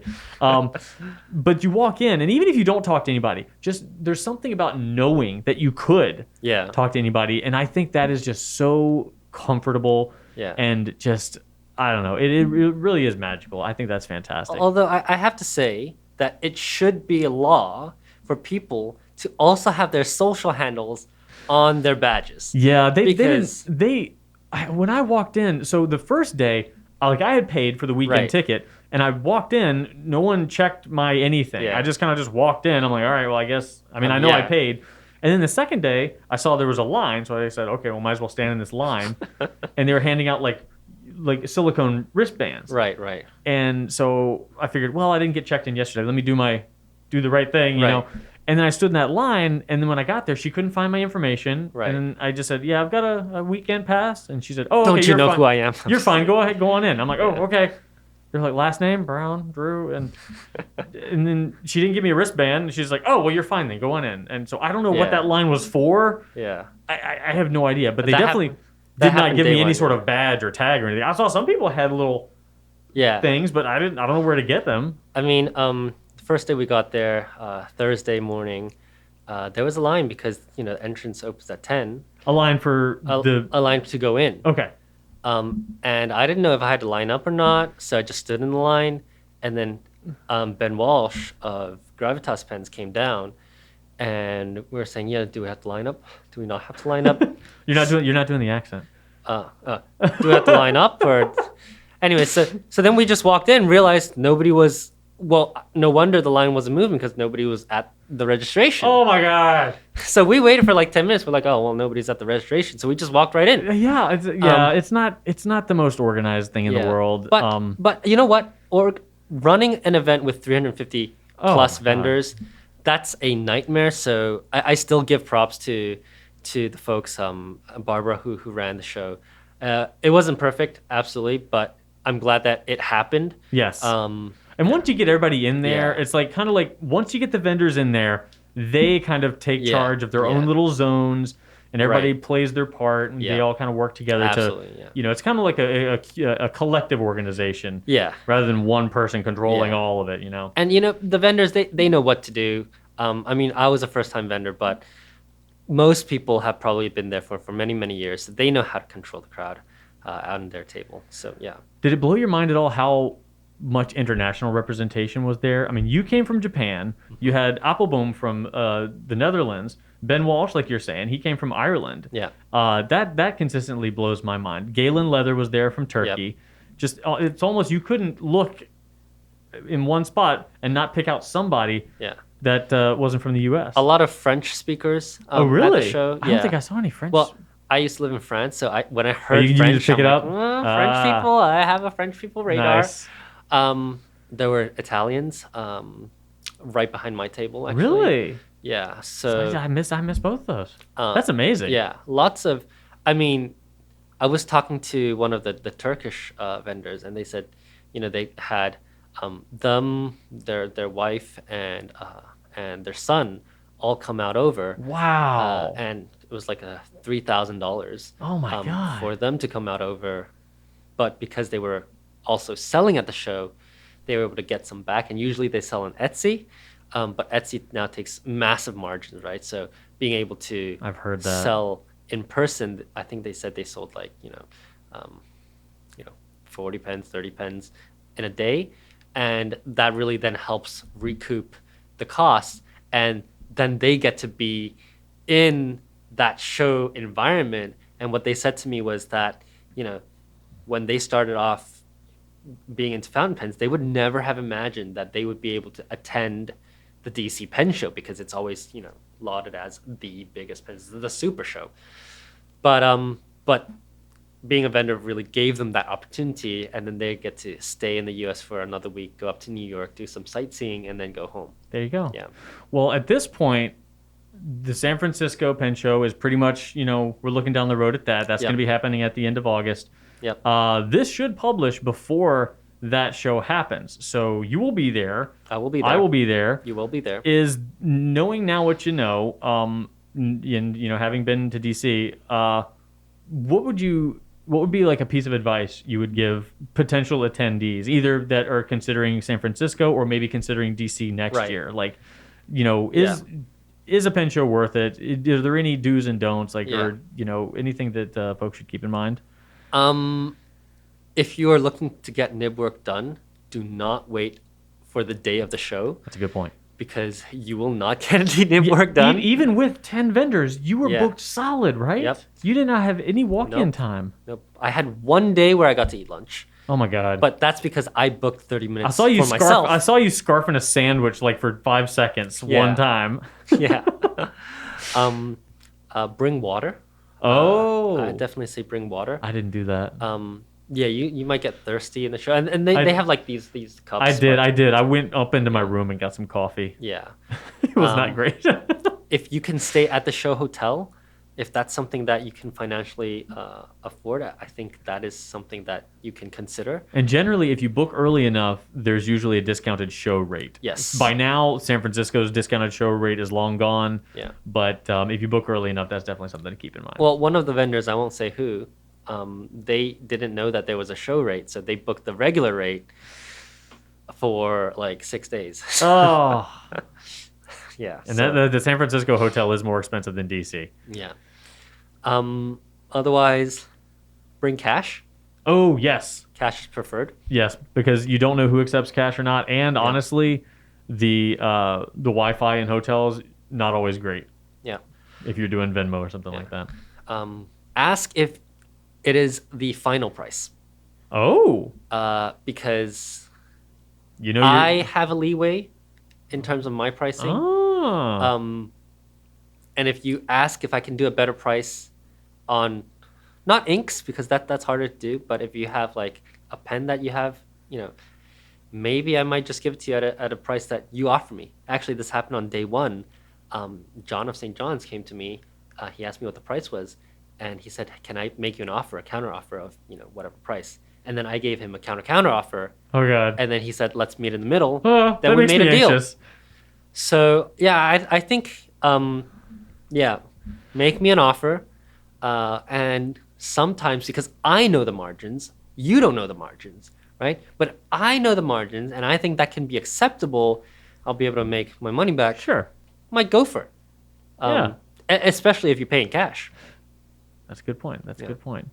Well, that sounds great. Now, I will say, just as a final thought, it to me is definitely worth attending these things for the reasons that we both mentioned. I think that the community is more alive than it ever has been. Like, you just feel it. I think it's an energizing atmosphere to be in. You can almost guarantee to meet at least one new friend. And I mean, taking the qualitative kind of view aside, if you look at the numbers, right? When I joined the Fountain Pen Reddit in 2018, it was like 80,000 people. I think it's tripled since then. So that's a lot of people who are new to fountain pens, and you're not going to be the newest one. I met somebody who's just started collecting in April and has 150 pens now. Jeez. Yeah. So it's okay. You're not the only one. You're not the weird one out. Yeah, definitely. I do think it's worth to go to a pen show. It doesn't necessarily have to be DC. DC is obviously one of the bigger ones. It is. But yeah, get out to a pen show and meet some of your people, and most people are really, really nice. But I also want to contrast this to the Tokyo show. As I said, from a participant's point of view, I think it's more structured. The vendors are mostly retailers. But from a vendor point of view, what's interesting is that, so the DC show, I didn't know my assigned table until the day before. So Thursday. That is not the first time that has happened. So Thursday, I found on my table. On Friday morning, I found on my table had been changed. It was still a table. There wasn't like a chair. It was a corner table. Okay, good. But when I got there, I realized we didn't have electricity. Ah! So I had a customer coming in an hour, right? And I was like, oh, what do I do? In contrast to that, does your grinder have like a hand crank? I have a wireless one that I can use. Oh, do you? That's my backup. But it's definitely not the first choice. Oh God, no. Because the power level is different, so I have to kind of mentally adjust. Oh, geez. In contrast to that, the Tokyo show, 4 months prior to show open, sent us a 70-page handbook by email. And then they call a 2-hour meeting. And I thought this meeting, because it's a vendor meeting, I thought it must be important. They might be like, telling us the do's and don'ts, maybe where our tables are. Right. So I attend the meeting, and it turns out they wanted to read the handbook line by line to us to make sure that we understood each line correctly. I hope you didn't already read it. I did already read it. The whole 70-page book? They sent me a handbook. I won't read your emails. Right? You read the whole thing twice? I read the whole thing. And then we came in, and then they had, really reading line by line. Oh, my God. Each one. I mean, that's great for an organization. So that's very, very different from DC to Tokyo then. I feel like the best is probably a happy medium in between. Probably like maybe not reading 140 pages worth of handbook, but then also knowing where your table is and having access to power, like somewhere in between those very, very large extremes. Well, it was like more like you can send your stuff by mail to this address, but you have to come through this door. So it was very, very detailed. I plan on just bringing my stuff in with a suitcase, so I didn't really listen to that much of it. But yeah, very, very detailed. And if you miss the vendors meeting, no problem. Obviously, there's a recording for you to watch. Oh, yay. But yeah, it's very different in terms of organization. We have volunteers at the Tokyo Pen Show, probably 20 to 30 volunteers who can guide people. And the Tokyo Pen Show, after COVID especially, is blocked into different time sections. So your ticket allows you to go in the morning, but not the afternoon, for example. Huh. So that helps control the amount of people in the room. Oh, wow, that sounds very organized. And then you have QR codes where you just scan in to the event. Yeah. Dang. See, what we're doing now is learning a little bit of the Japanese pen world from our friend CY. And this is if you did want to check out Tokyo Inklings, wherever you can find your podcast, you can get more of CY and his partner Jacob, who is equally knowledgeable about such things. And then where can they find you on Instagram? They can find me, or you can find me on Instagram at Tokyo Station Pens. Same on TikTok, on Twitter at Tokyo Station MNH, and I have a website at tokyostationpens.com. Our podcast is Tokyo Inklings. We are an audio-only podcast, and we record and publish every 2 weeks. Fantastic. All right. Thank you so much, CY. It was a pleasure having you. Thank you so much. I'll hopefully talk to you soon. You'll be back. I'll be back. Thank you. All right. Well, thank you again, CY. That was delightful having you here with us and covering a little bit of what happened at the DC show. And I think I have to say, another thing you definitely will want to pay attention to in regards to the DC Pen Show are nib professionals like CY, like the many other nib professionals that we mentioned were there in attendance at DC. And the beautiful thing, Brian, is there seems to be more and more nib grinders every year at these big shows, which is really exciting. And in my opinion, really, it makes me really optimistic about the growing vibe of the hobby. Yeah, absolutely. Because they wouldn't be able to sustain all of the, they wouldn't be able to have all these full dance cards for these big shows if the hobby was, dying a sad, miserable death, right? Well, it's funny because when we, part of the whole fountain pen awareness came about when I went to the DC show in 2009. And, Rachel and I were vendors there once ever at a pen show in 2010. I remember the pictures with you wearing that it was exhausting. Back brace lifting thing. Yep. We carried so much. Yeah, we brought so much stuff. I feel like we still have some of those Rubbermaid containers in the warehouse. Oh, for sure we do. Yeah. Some of the blue and green ones. Oh yeah. I have some of those at home too that have like random old kids clothes and stuff stored in them. But anyway, we don't do the vendor aspect of it, like actually selling at shows. But there's definitely like an energy to them and all that kind of stuff. Where was I going with all this? Why did I bring this up? I was talking about the nib grinders and how I feel like it's positive. Yeah, literally like the first 5 to 8 years of going to these shows, every like manufacturer, every distributor who we work with on a regular basis, they were all just like, oh man, this industry, I don't even know if we're going to be here in 5 years. Like just the whole morale around like the show culture and just like where things were going was like not very optimistic from people that had been in it for quite a while. It seemed like the community was aging, not a lot of new people were getting into it. Obviously, that's turned the rise of social media and the internet and education and the kind of stuff that we're involved in. Not to say that like we had anything to do with it, but obviously we've been heavily involved in that new wave that's bringing it to a whole new generation of fountain pen users. And I think you're seeing that now physically reflected at shows. Just the energy that's there, the people that are there, the community aspect of it, it's got a whole new breath of life in it. I was super sad to miss it this year. I was conflicted, but just hearing from you and CY and others, just like how much energy was there. It's like, oh man, that's so it just warms my soul to see so many people really being excited about pens and the community and all that.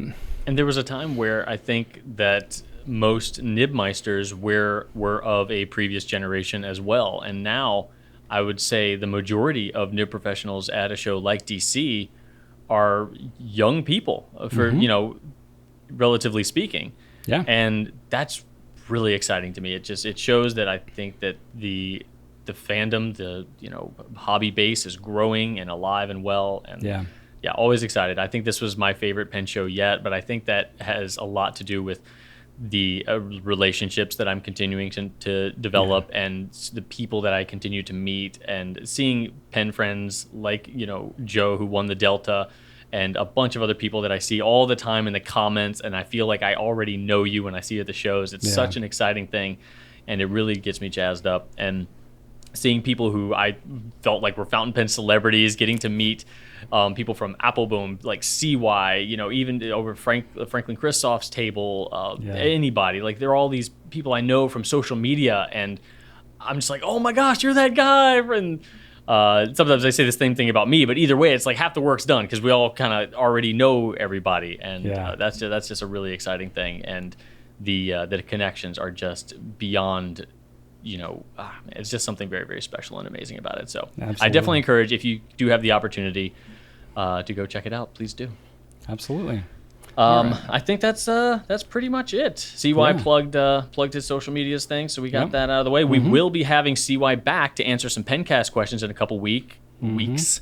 And next week, if all goes according to plan, we will have another special guest that, if you were following our Instagrams, you noticed stopped by kind of recently. So, yes. We had a lot of activity around the DC show because we're not yes, we did. super far. Like, we're close enough where people could visit. So we had several people who wanted to visit right around the time of the show, which was like, I got family vacation and all that. Like, I'll fit in what I can. But we were able to make that happen for several people. So that's cool.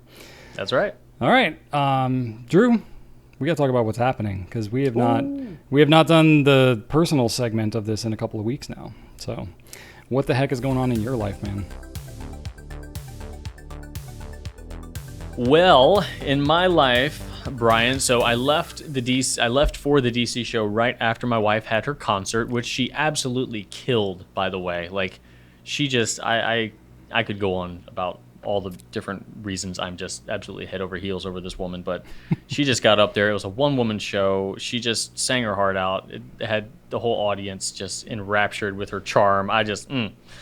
She's a delightful human, and she just killed it. I'm so proud of her. And largely due to the fact that I would absolutely crumble into a puddle of fright and terror if I were ever put in that position. So she is much more brave and courageous than I am. It's still so funny to me because, like, literally we're talking in front of thousands of people. There's nobody there, though. That's just a camera. I'm just in a tiny little dark room. Is it the live aspect of it that, like, freaks you out? It's the performance. Honestly, if I had to get, if I was up on stage and somebody was like started saying about why, video games are stupid, then I would need everybody to shut up and listen to me, and I would just go on until they told me to shut up. But if someone told me to perform, if it became a performance, that's when I shut down. Okay. That's when I get cold feet and my mouth dries out, and that's terrible.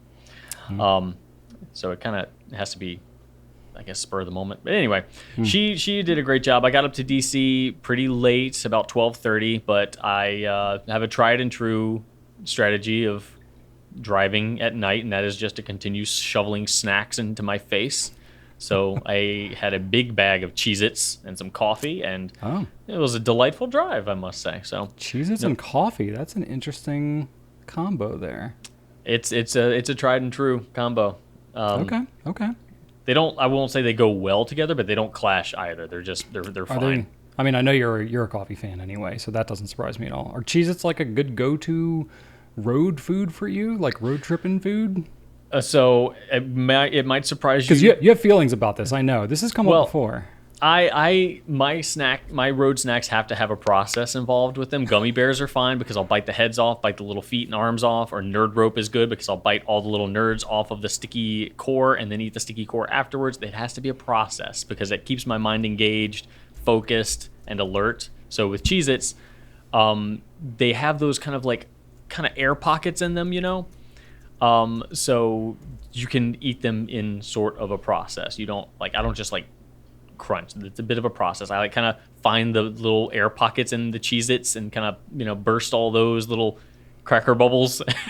Okay. So I hear you. Cheez-Its are one that have a process. I do something similar with Goldfish. Not that dissimilar from Cheez-Its. Yes, exactly. Goldfish are great. Do you ever try to bisect the goldfish? Oh, absolutely. Yeah, there you go. Time. See, exactly. And see, that's good because that keeps your mind engaged while you're on the road. Exactly. I'm so glad you understand. Yes, 100%. I do understand. I have processes for certain foods, not all of them, but certain ones. Yes. Yeah. So that will actually keep me awake. I'm not even kidding.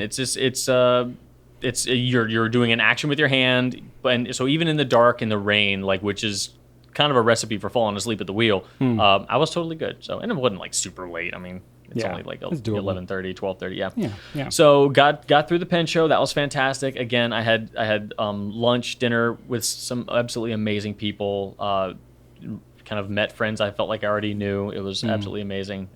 Delightful human beings that I love to death. And then we got back this past weekend.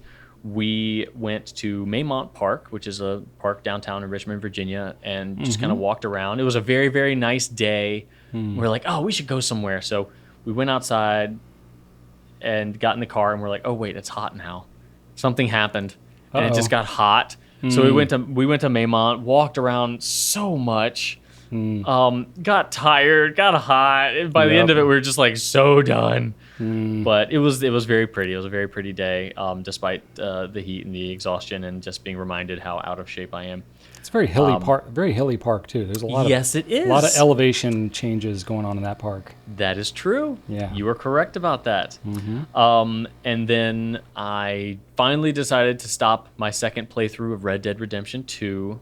Which I could play that game forever because there's just an infinite amount of things to do. So I finally put it down and I started replaying a game called Horizon Zero Dawn, which is kind of a post-apocalyptic game, but not like everything's. It sounds kind of like that vibe. It's pretty though. It's not like everything's a sad wasteland. It's like, it's like a tribal jungle sort of setting, but there are certain hints that maybe a high-tech civilization might have once existed. So you're kind of uncovering that sort of deal. So it's not like scary post-apocalyptic. And not like Mad Max type of No. Yeah. No. So it's a really cool game. And I have beaten it before, but there's a new one, so I wanted to kind of replay the old one to kind of refresh my memory of the storyline. So cool. That's such a good game. So I'm replaying that. And then we went swimming at our friend Josh and Jeffrey's house, and Archer kind of learned how to swim.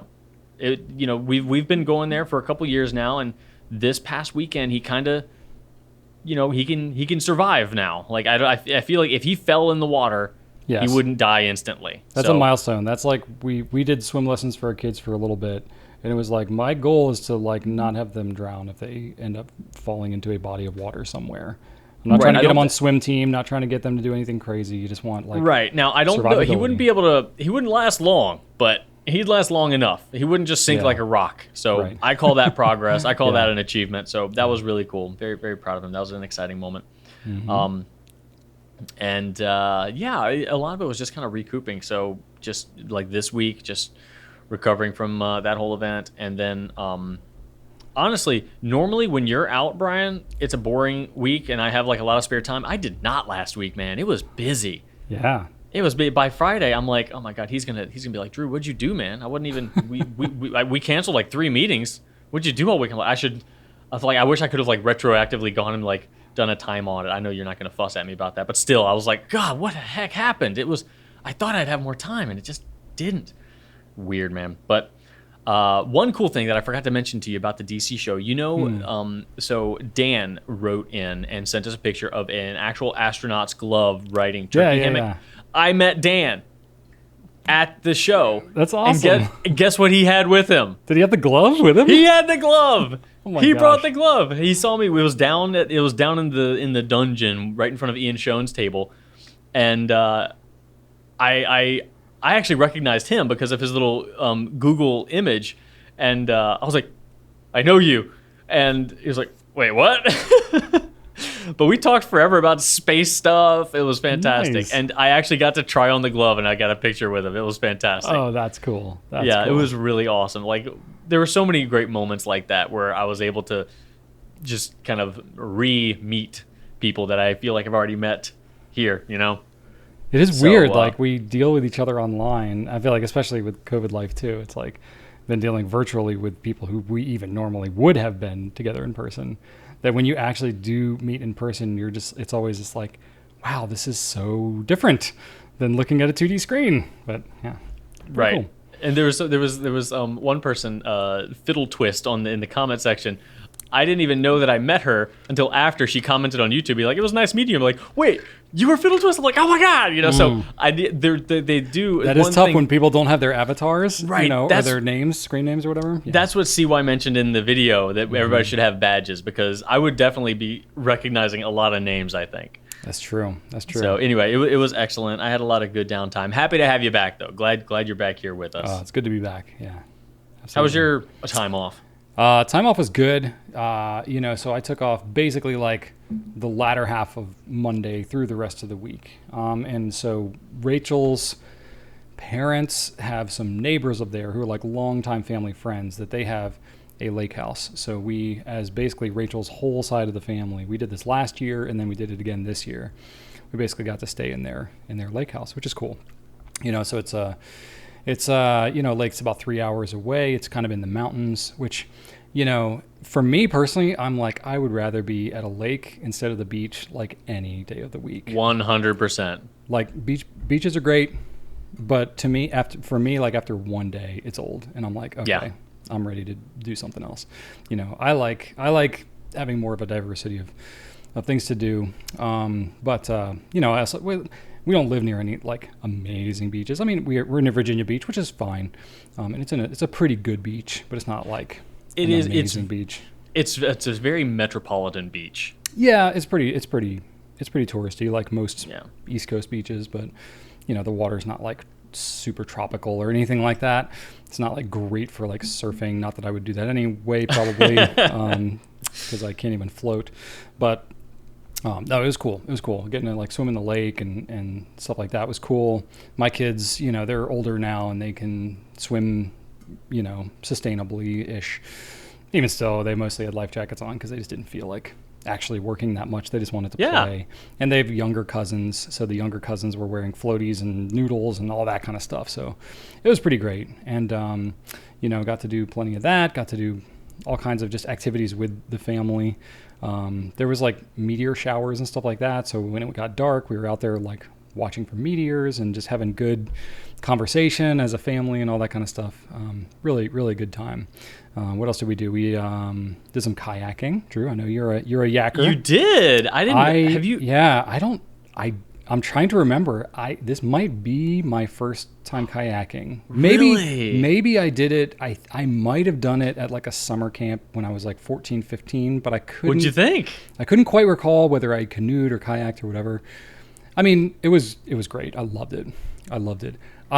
Maybe not surprisingly, I was a little bit big for the kayak. My legs are very long, and so for me to fit inside a kayak, I, like most things, am moderately atypical in terms of my leg length. So it wasn't the absolute most comfortable thing leg-wise, but I mean, I loved it because I was like, I don't like doing vacations where you're just sitting around all the time because then all I do is eat. And I quite literally have gained like 10 pounds on a week-long vacation before at various times. That's impressive. It's not good, but I love food, and if I'm not moving around, my natural state is I gain weight. So my favorite thing, my favorite like junk food for vacations is a barrel of cheese balls. Ooh, there you go. Like it's like a beach tradition. If I'm going to a beach house, I'm bringing a bucket of cheese balls. And that's a very inefficient, like space-wise, a very inefficient food to bring with you because it's just. Oh, well, I mean, sorry, I'm. Do you buy it there? Yeah, you can't. Yeah. We'll buy it there. Yeah. But a big old tub of Utz food cheese balls. Oh. See, what was cool about this vacation, like, because we had done this before with Rachel's family last year, and last year this was like the first thing we had done since COVID hit, so it was like. We would have gone just about anywhere just to get out of our house. Yeah. So it was great, but it was like a new place, and there's not a lot of restaurants and stuff around the lake where we were at. So we basically had to cook all of our own meals, which, takes more coordination, especially we had 10 people in the house and kids with all their weird preferences. And there's all kinds of dietary needs on Rachel's side of the family. So we ended up planning a lot of meals, and it was cool because like basically everything that we had planned last year, we were able to like probably 80% of it, we could just like copy paste the same like shopping list and packing list and all that kind of stuff. So it just felt like less work. I know, it's like bringing a kid anywhere is just like, it doesn't really feel like a vacation. I would call it a trip more than a vacation because it's like, you're not really vacating from anything. You have to do all your normal like parenting stuff. It's just, you don't have all your things and normal routines and all that. So it's like, it's actually more work in a lot of ways. But this actually, there was like some good downtime, and I don't know. I was able to balance out like staying active, but also getting to relax. I don't know, just really kind of hit the right vein in that respect. So that was cool. Did the kayak you were using have adjustable foot pegs? I don't know. I do not know to look for these things. So it's possible. Yeah, it depends on what type of kayak it is. So kayaks sometimes have, was it a sit on top or a sit inside? It was an inside. So if it's inside, you probably had adjustable foot pegs in there. Sweet. Okay. The sit on tops usually have molded foot and there's like, maybe like 4 or 5 of them that you can just choose. Okay. But with insides, they usually have 2 tracks that have like a pinch and pull, pinch and pull push sort of thing. I'll have to look for that next time. Yeah, you might have been. Well, so there were 2 kayaks there. One was a single and one was a double. Mm-hmm. And all the times that I went, I was with my brother-in-law. So we were always in the double together. Mm-hmm. And we would like switch off who would be the one in the back. And it was like one of those really long ones that has actually a rudder that you control with your feet. Oh, wow. So that helped with turning, which is good because like, I mean, we were on the lake. So it was like there were boats going and jet skis and there were waves happening. So it was That's like legit. Yeah, and I didn't have like the cover for the kayak. So it was basically like a canoe. So it's like if we had gone over, we would have been like under. So, Yeah, I have. That's why cool. It's important to. That's why I always buy kayaks with a sealed bulkhead because that keeps it afloat long enough for you to get it over to the side. If you have a kayak, a sit-inside kayak with no sealed bulkhead or storage compartment, that thing can just go right to the bottom. Yeah, I mean, it was not like we weren't doing any rapids or anything. We were just floating on top of the water. Still, like, you just one shift wrong. Yeah, we had a couple of times where we both went to like, both went to row and our weight just leaned the wrong way and we were like, oh boy, okay, let's not do that again. It doesn't take a lot. Yeah, even just getting in and out, it was pretty, like, I'm not a small person and the kayak was, maybe not even as broad as my shoulders. Like, so it was a pretty top heavy kayak getting me in and out of it. So it was like, that was probably the most precarious part of the whole thing was just me getting in and out of it. Nice. Well, I'm glad you had fun because I know that rowing machines are a fun exercise pastime of yours. So I love rowing. You enjoy that kind of like that applied cardio, I guess. Oh yeah, I love maximizing the pain that I feel when I exercise. And rowing is like one of the most efficient pain maximizing feelings you can get when exercising. No, I mean, it's true. Like, actually, this is complete and total tangent. We're in tangent town now. It's all right. Have you ever, fall season is approaching us here somewhat.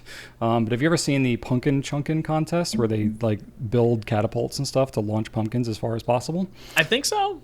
Oh, it's cool. There's tons of YouTube videos. It's a thing. I mean, some people spend unbelievable amounts of money on it. But anyway, there's a whole category of them that are all like human-powered catapults. So it's like they have different categories for trebuchet style. They have different ones for air-powered cannons, all this kind of stuff. But they have other ones that are all human-powered. So it's either like people are like turning a crank to wind them up, or some people hook them to a bicycle or whatever.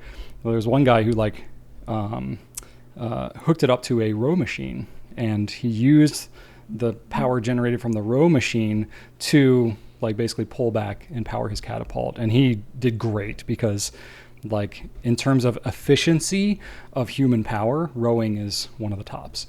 So that was, anyway, I'm a big fan of rowing. Brian, eventually, I mean, you've done a lot of crafts like with woodcraft and now metalworking. Mm-hmm. Eventually you're going to need to build some sort of completely unnecessary contraption. That, like a Rube Goldberg device, a strand beast, a trebuchet, something just that does not need to exist, but you just need to. So this is like bringing it back a little bit to pens, somewhat, sort of. So Brian Gray from Edison Pens, him and I go way back to the beginning of Goulet Pens. He's also a woodworker and stuff like that. He has built a couple of different trebuchets. So him and I, completely off the topic of pens, will nerd out a little bit on some. He's of also that pretty kind of fascinated with the strand beast. He's got mechanics. He's just an engineering nerd in general. Oh yeah, we're all. I mean, it's we're all kind of in a similar place there. But one thing I'm talking to him about right now is what is it called that he's made? Kinetic wall clocks. So like mechanical gears and stuff like that, made out of like wood and stuff like that. So it's like a giant clock that's like all this crazy elaborate, kind of like what you're describing, but basically a functional clock. He's got a CNC machine and there's plans out there. He's made some. So him and I are going to collaborate on maybe this is completely personal, just a one-off thing because I think it's cool and nerdy and all that. But that's awesome. I just need to connect with him on that. So I was actually like watching some videos on kinetic wall art and stuff like that on my vacation because I just think it's super cool. I have too many interests and not enough ways. The dangerous thing though is when your hobbies actually create other interests, because you wouldn't even be looking at this if you didn't already have your foundation in woodworking and stuff. So it's like one opens the door to another. Oh no. Yeah, and welding too only has. See, this is why I've committed to remaining as untalented as possible. So it's tough to remain this average. Yeah. It takes a lot of work. It does. I mean, I'm getting tired right now. Yeah. Some other things that we did. So there was a pool table there as well. So my kids were introduced to billy goods last year when we were at this lake house, and we went back there, and they were excited and got to play lots of pool. None of us in the family are all that good, but it was cool because we're all on kind of a level playing field. But I always liked it. My grandfather played a lot of pool, so I did. He passed away when I was 19, I think. So I got to play it quite a bit with him when I was in my like middle school and high school years. I remember this one kid like around middle school. Like I went over to his house, and he had a what's called a bumper pool table in his house. It was this weird like kind of octagonal table. Yeah. I've never seen anything like that before. Isn't that a weird thing for? Yeah. Sounds like a really obscure weird thing. Yeah, I know. What a weirdo. Yeah, Drew's talking about me, by the way. My parents, they still have that bumper pool table. It's got it's got a bumper pool in it, but then you can also, it's got a wooden top that you put over top of the bumper pool thing, and you can flip it over, and then it's like a gaming table. It's like a felt lined with like cards and all that kind of stuff. I don't think they've ever flipped it over and like played cards on the felt side of it. That thing is hard. I remember playing that in middle school. And the bumper pool? Oh yeah, it's hard. There's no room in between the bumpers. Oh yeah. And they're rubber bumpers, so it's like if the ball touches it, it's like forget it. You're not gonna. It's very upsetting. It is. But anyway, this was a conventional pool. It was fun. Kids had a great time. They had a dartboard as well, which was pretty fun. And then you mentioned gummy bears earlier, and it made me think about it because that I guess now, I mean, it's like what do they say? Doing something once. There's like an expression. You do something once and it's a one-off. You do something twice and it's a coincidence. 3 times and it's a pattern or something like that. Have you ever heard that phrase? Anyway, so we now, my brother-in-law especially, he started this last year. He went and got the like Black Forest like 2-pound bag of gummy bears, and it was like whether it's like Oreos or gummy bears, or there's got to be like some kind of like vacation food thing. Like cheese balls, yeah. Cheese balls. It's got to be some indulgence. It's like, I'm not going to eat this the rest of the year, but it's like, whatever, kids, just knock yourself out on gummy bears, do whatever. Yes. And you like associate your memory with that. So I love doing that so much. We did that last year, ate the whole bag, and then ran out and got another bag. Yes. So we did that with cheese balls once. There you go. 2 tubs. So we did that this year, except we bought 2 2-pound bags of gummy bears, which we have abbreviated to GBs. Oh. So, yeah. GBs. So you do Black Forest, not Haribo? Well, that's what they had, but I do like the Black Forest ones. They're nice and squishy. They got good flavor. Yeah, I like those. I'm a Haribo purist, but okay. I'm also a fan of the Albanese brand of gummy bears. They are super squishy and super flavorful. Okay. The Black Forest ones are good though. They're good. They are. They're pretty solid. So yeah. Anyway, GBs. That was our whole thing. GB. Oh my gosh, you should. Which could also be you should see Goulet Brian. I know, right? You should see how amped up my kids get. Ellie especially eating these gummy bears. I mean, she was sneaking them left and right. I think we ate almost the whole 2-pound bag the first day that we got. That's amazing. And it was like, woo boy, we better slow down on these. That's amazing. It's kind of a bit. But anyway, GBs, that's like our associated family thing now for our little lake vacation. So lake GBs. Cool. Because I don't know how you feel, but like my family was never huge on like specific traditions.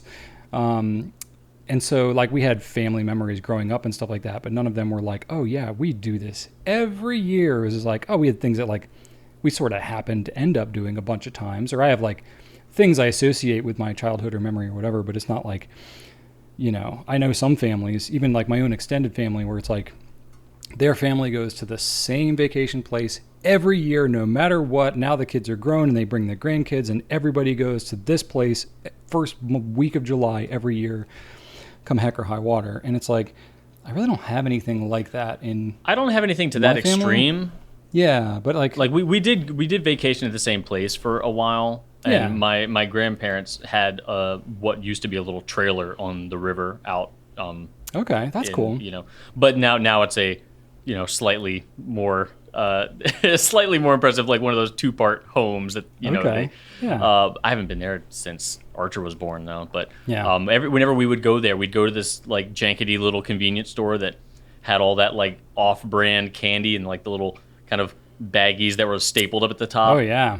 And that was the only time I would get that jankety candy. I don't know why, but I'd get like the long red licorice rope things that came in just like a giant coil. Like, that was my jam. So yeah, I totally get the food-related vacation memories. Like, I'm 110% all into that. I love making food memories. Yeah.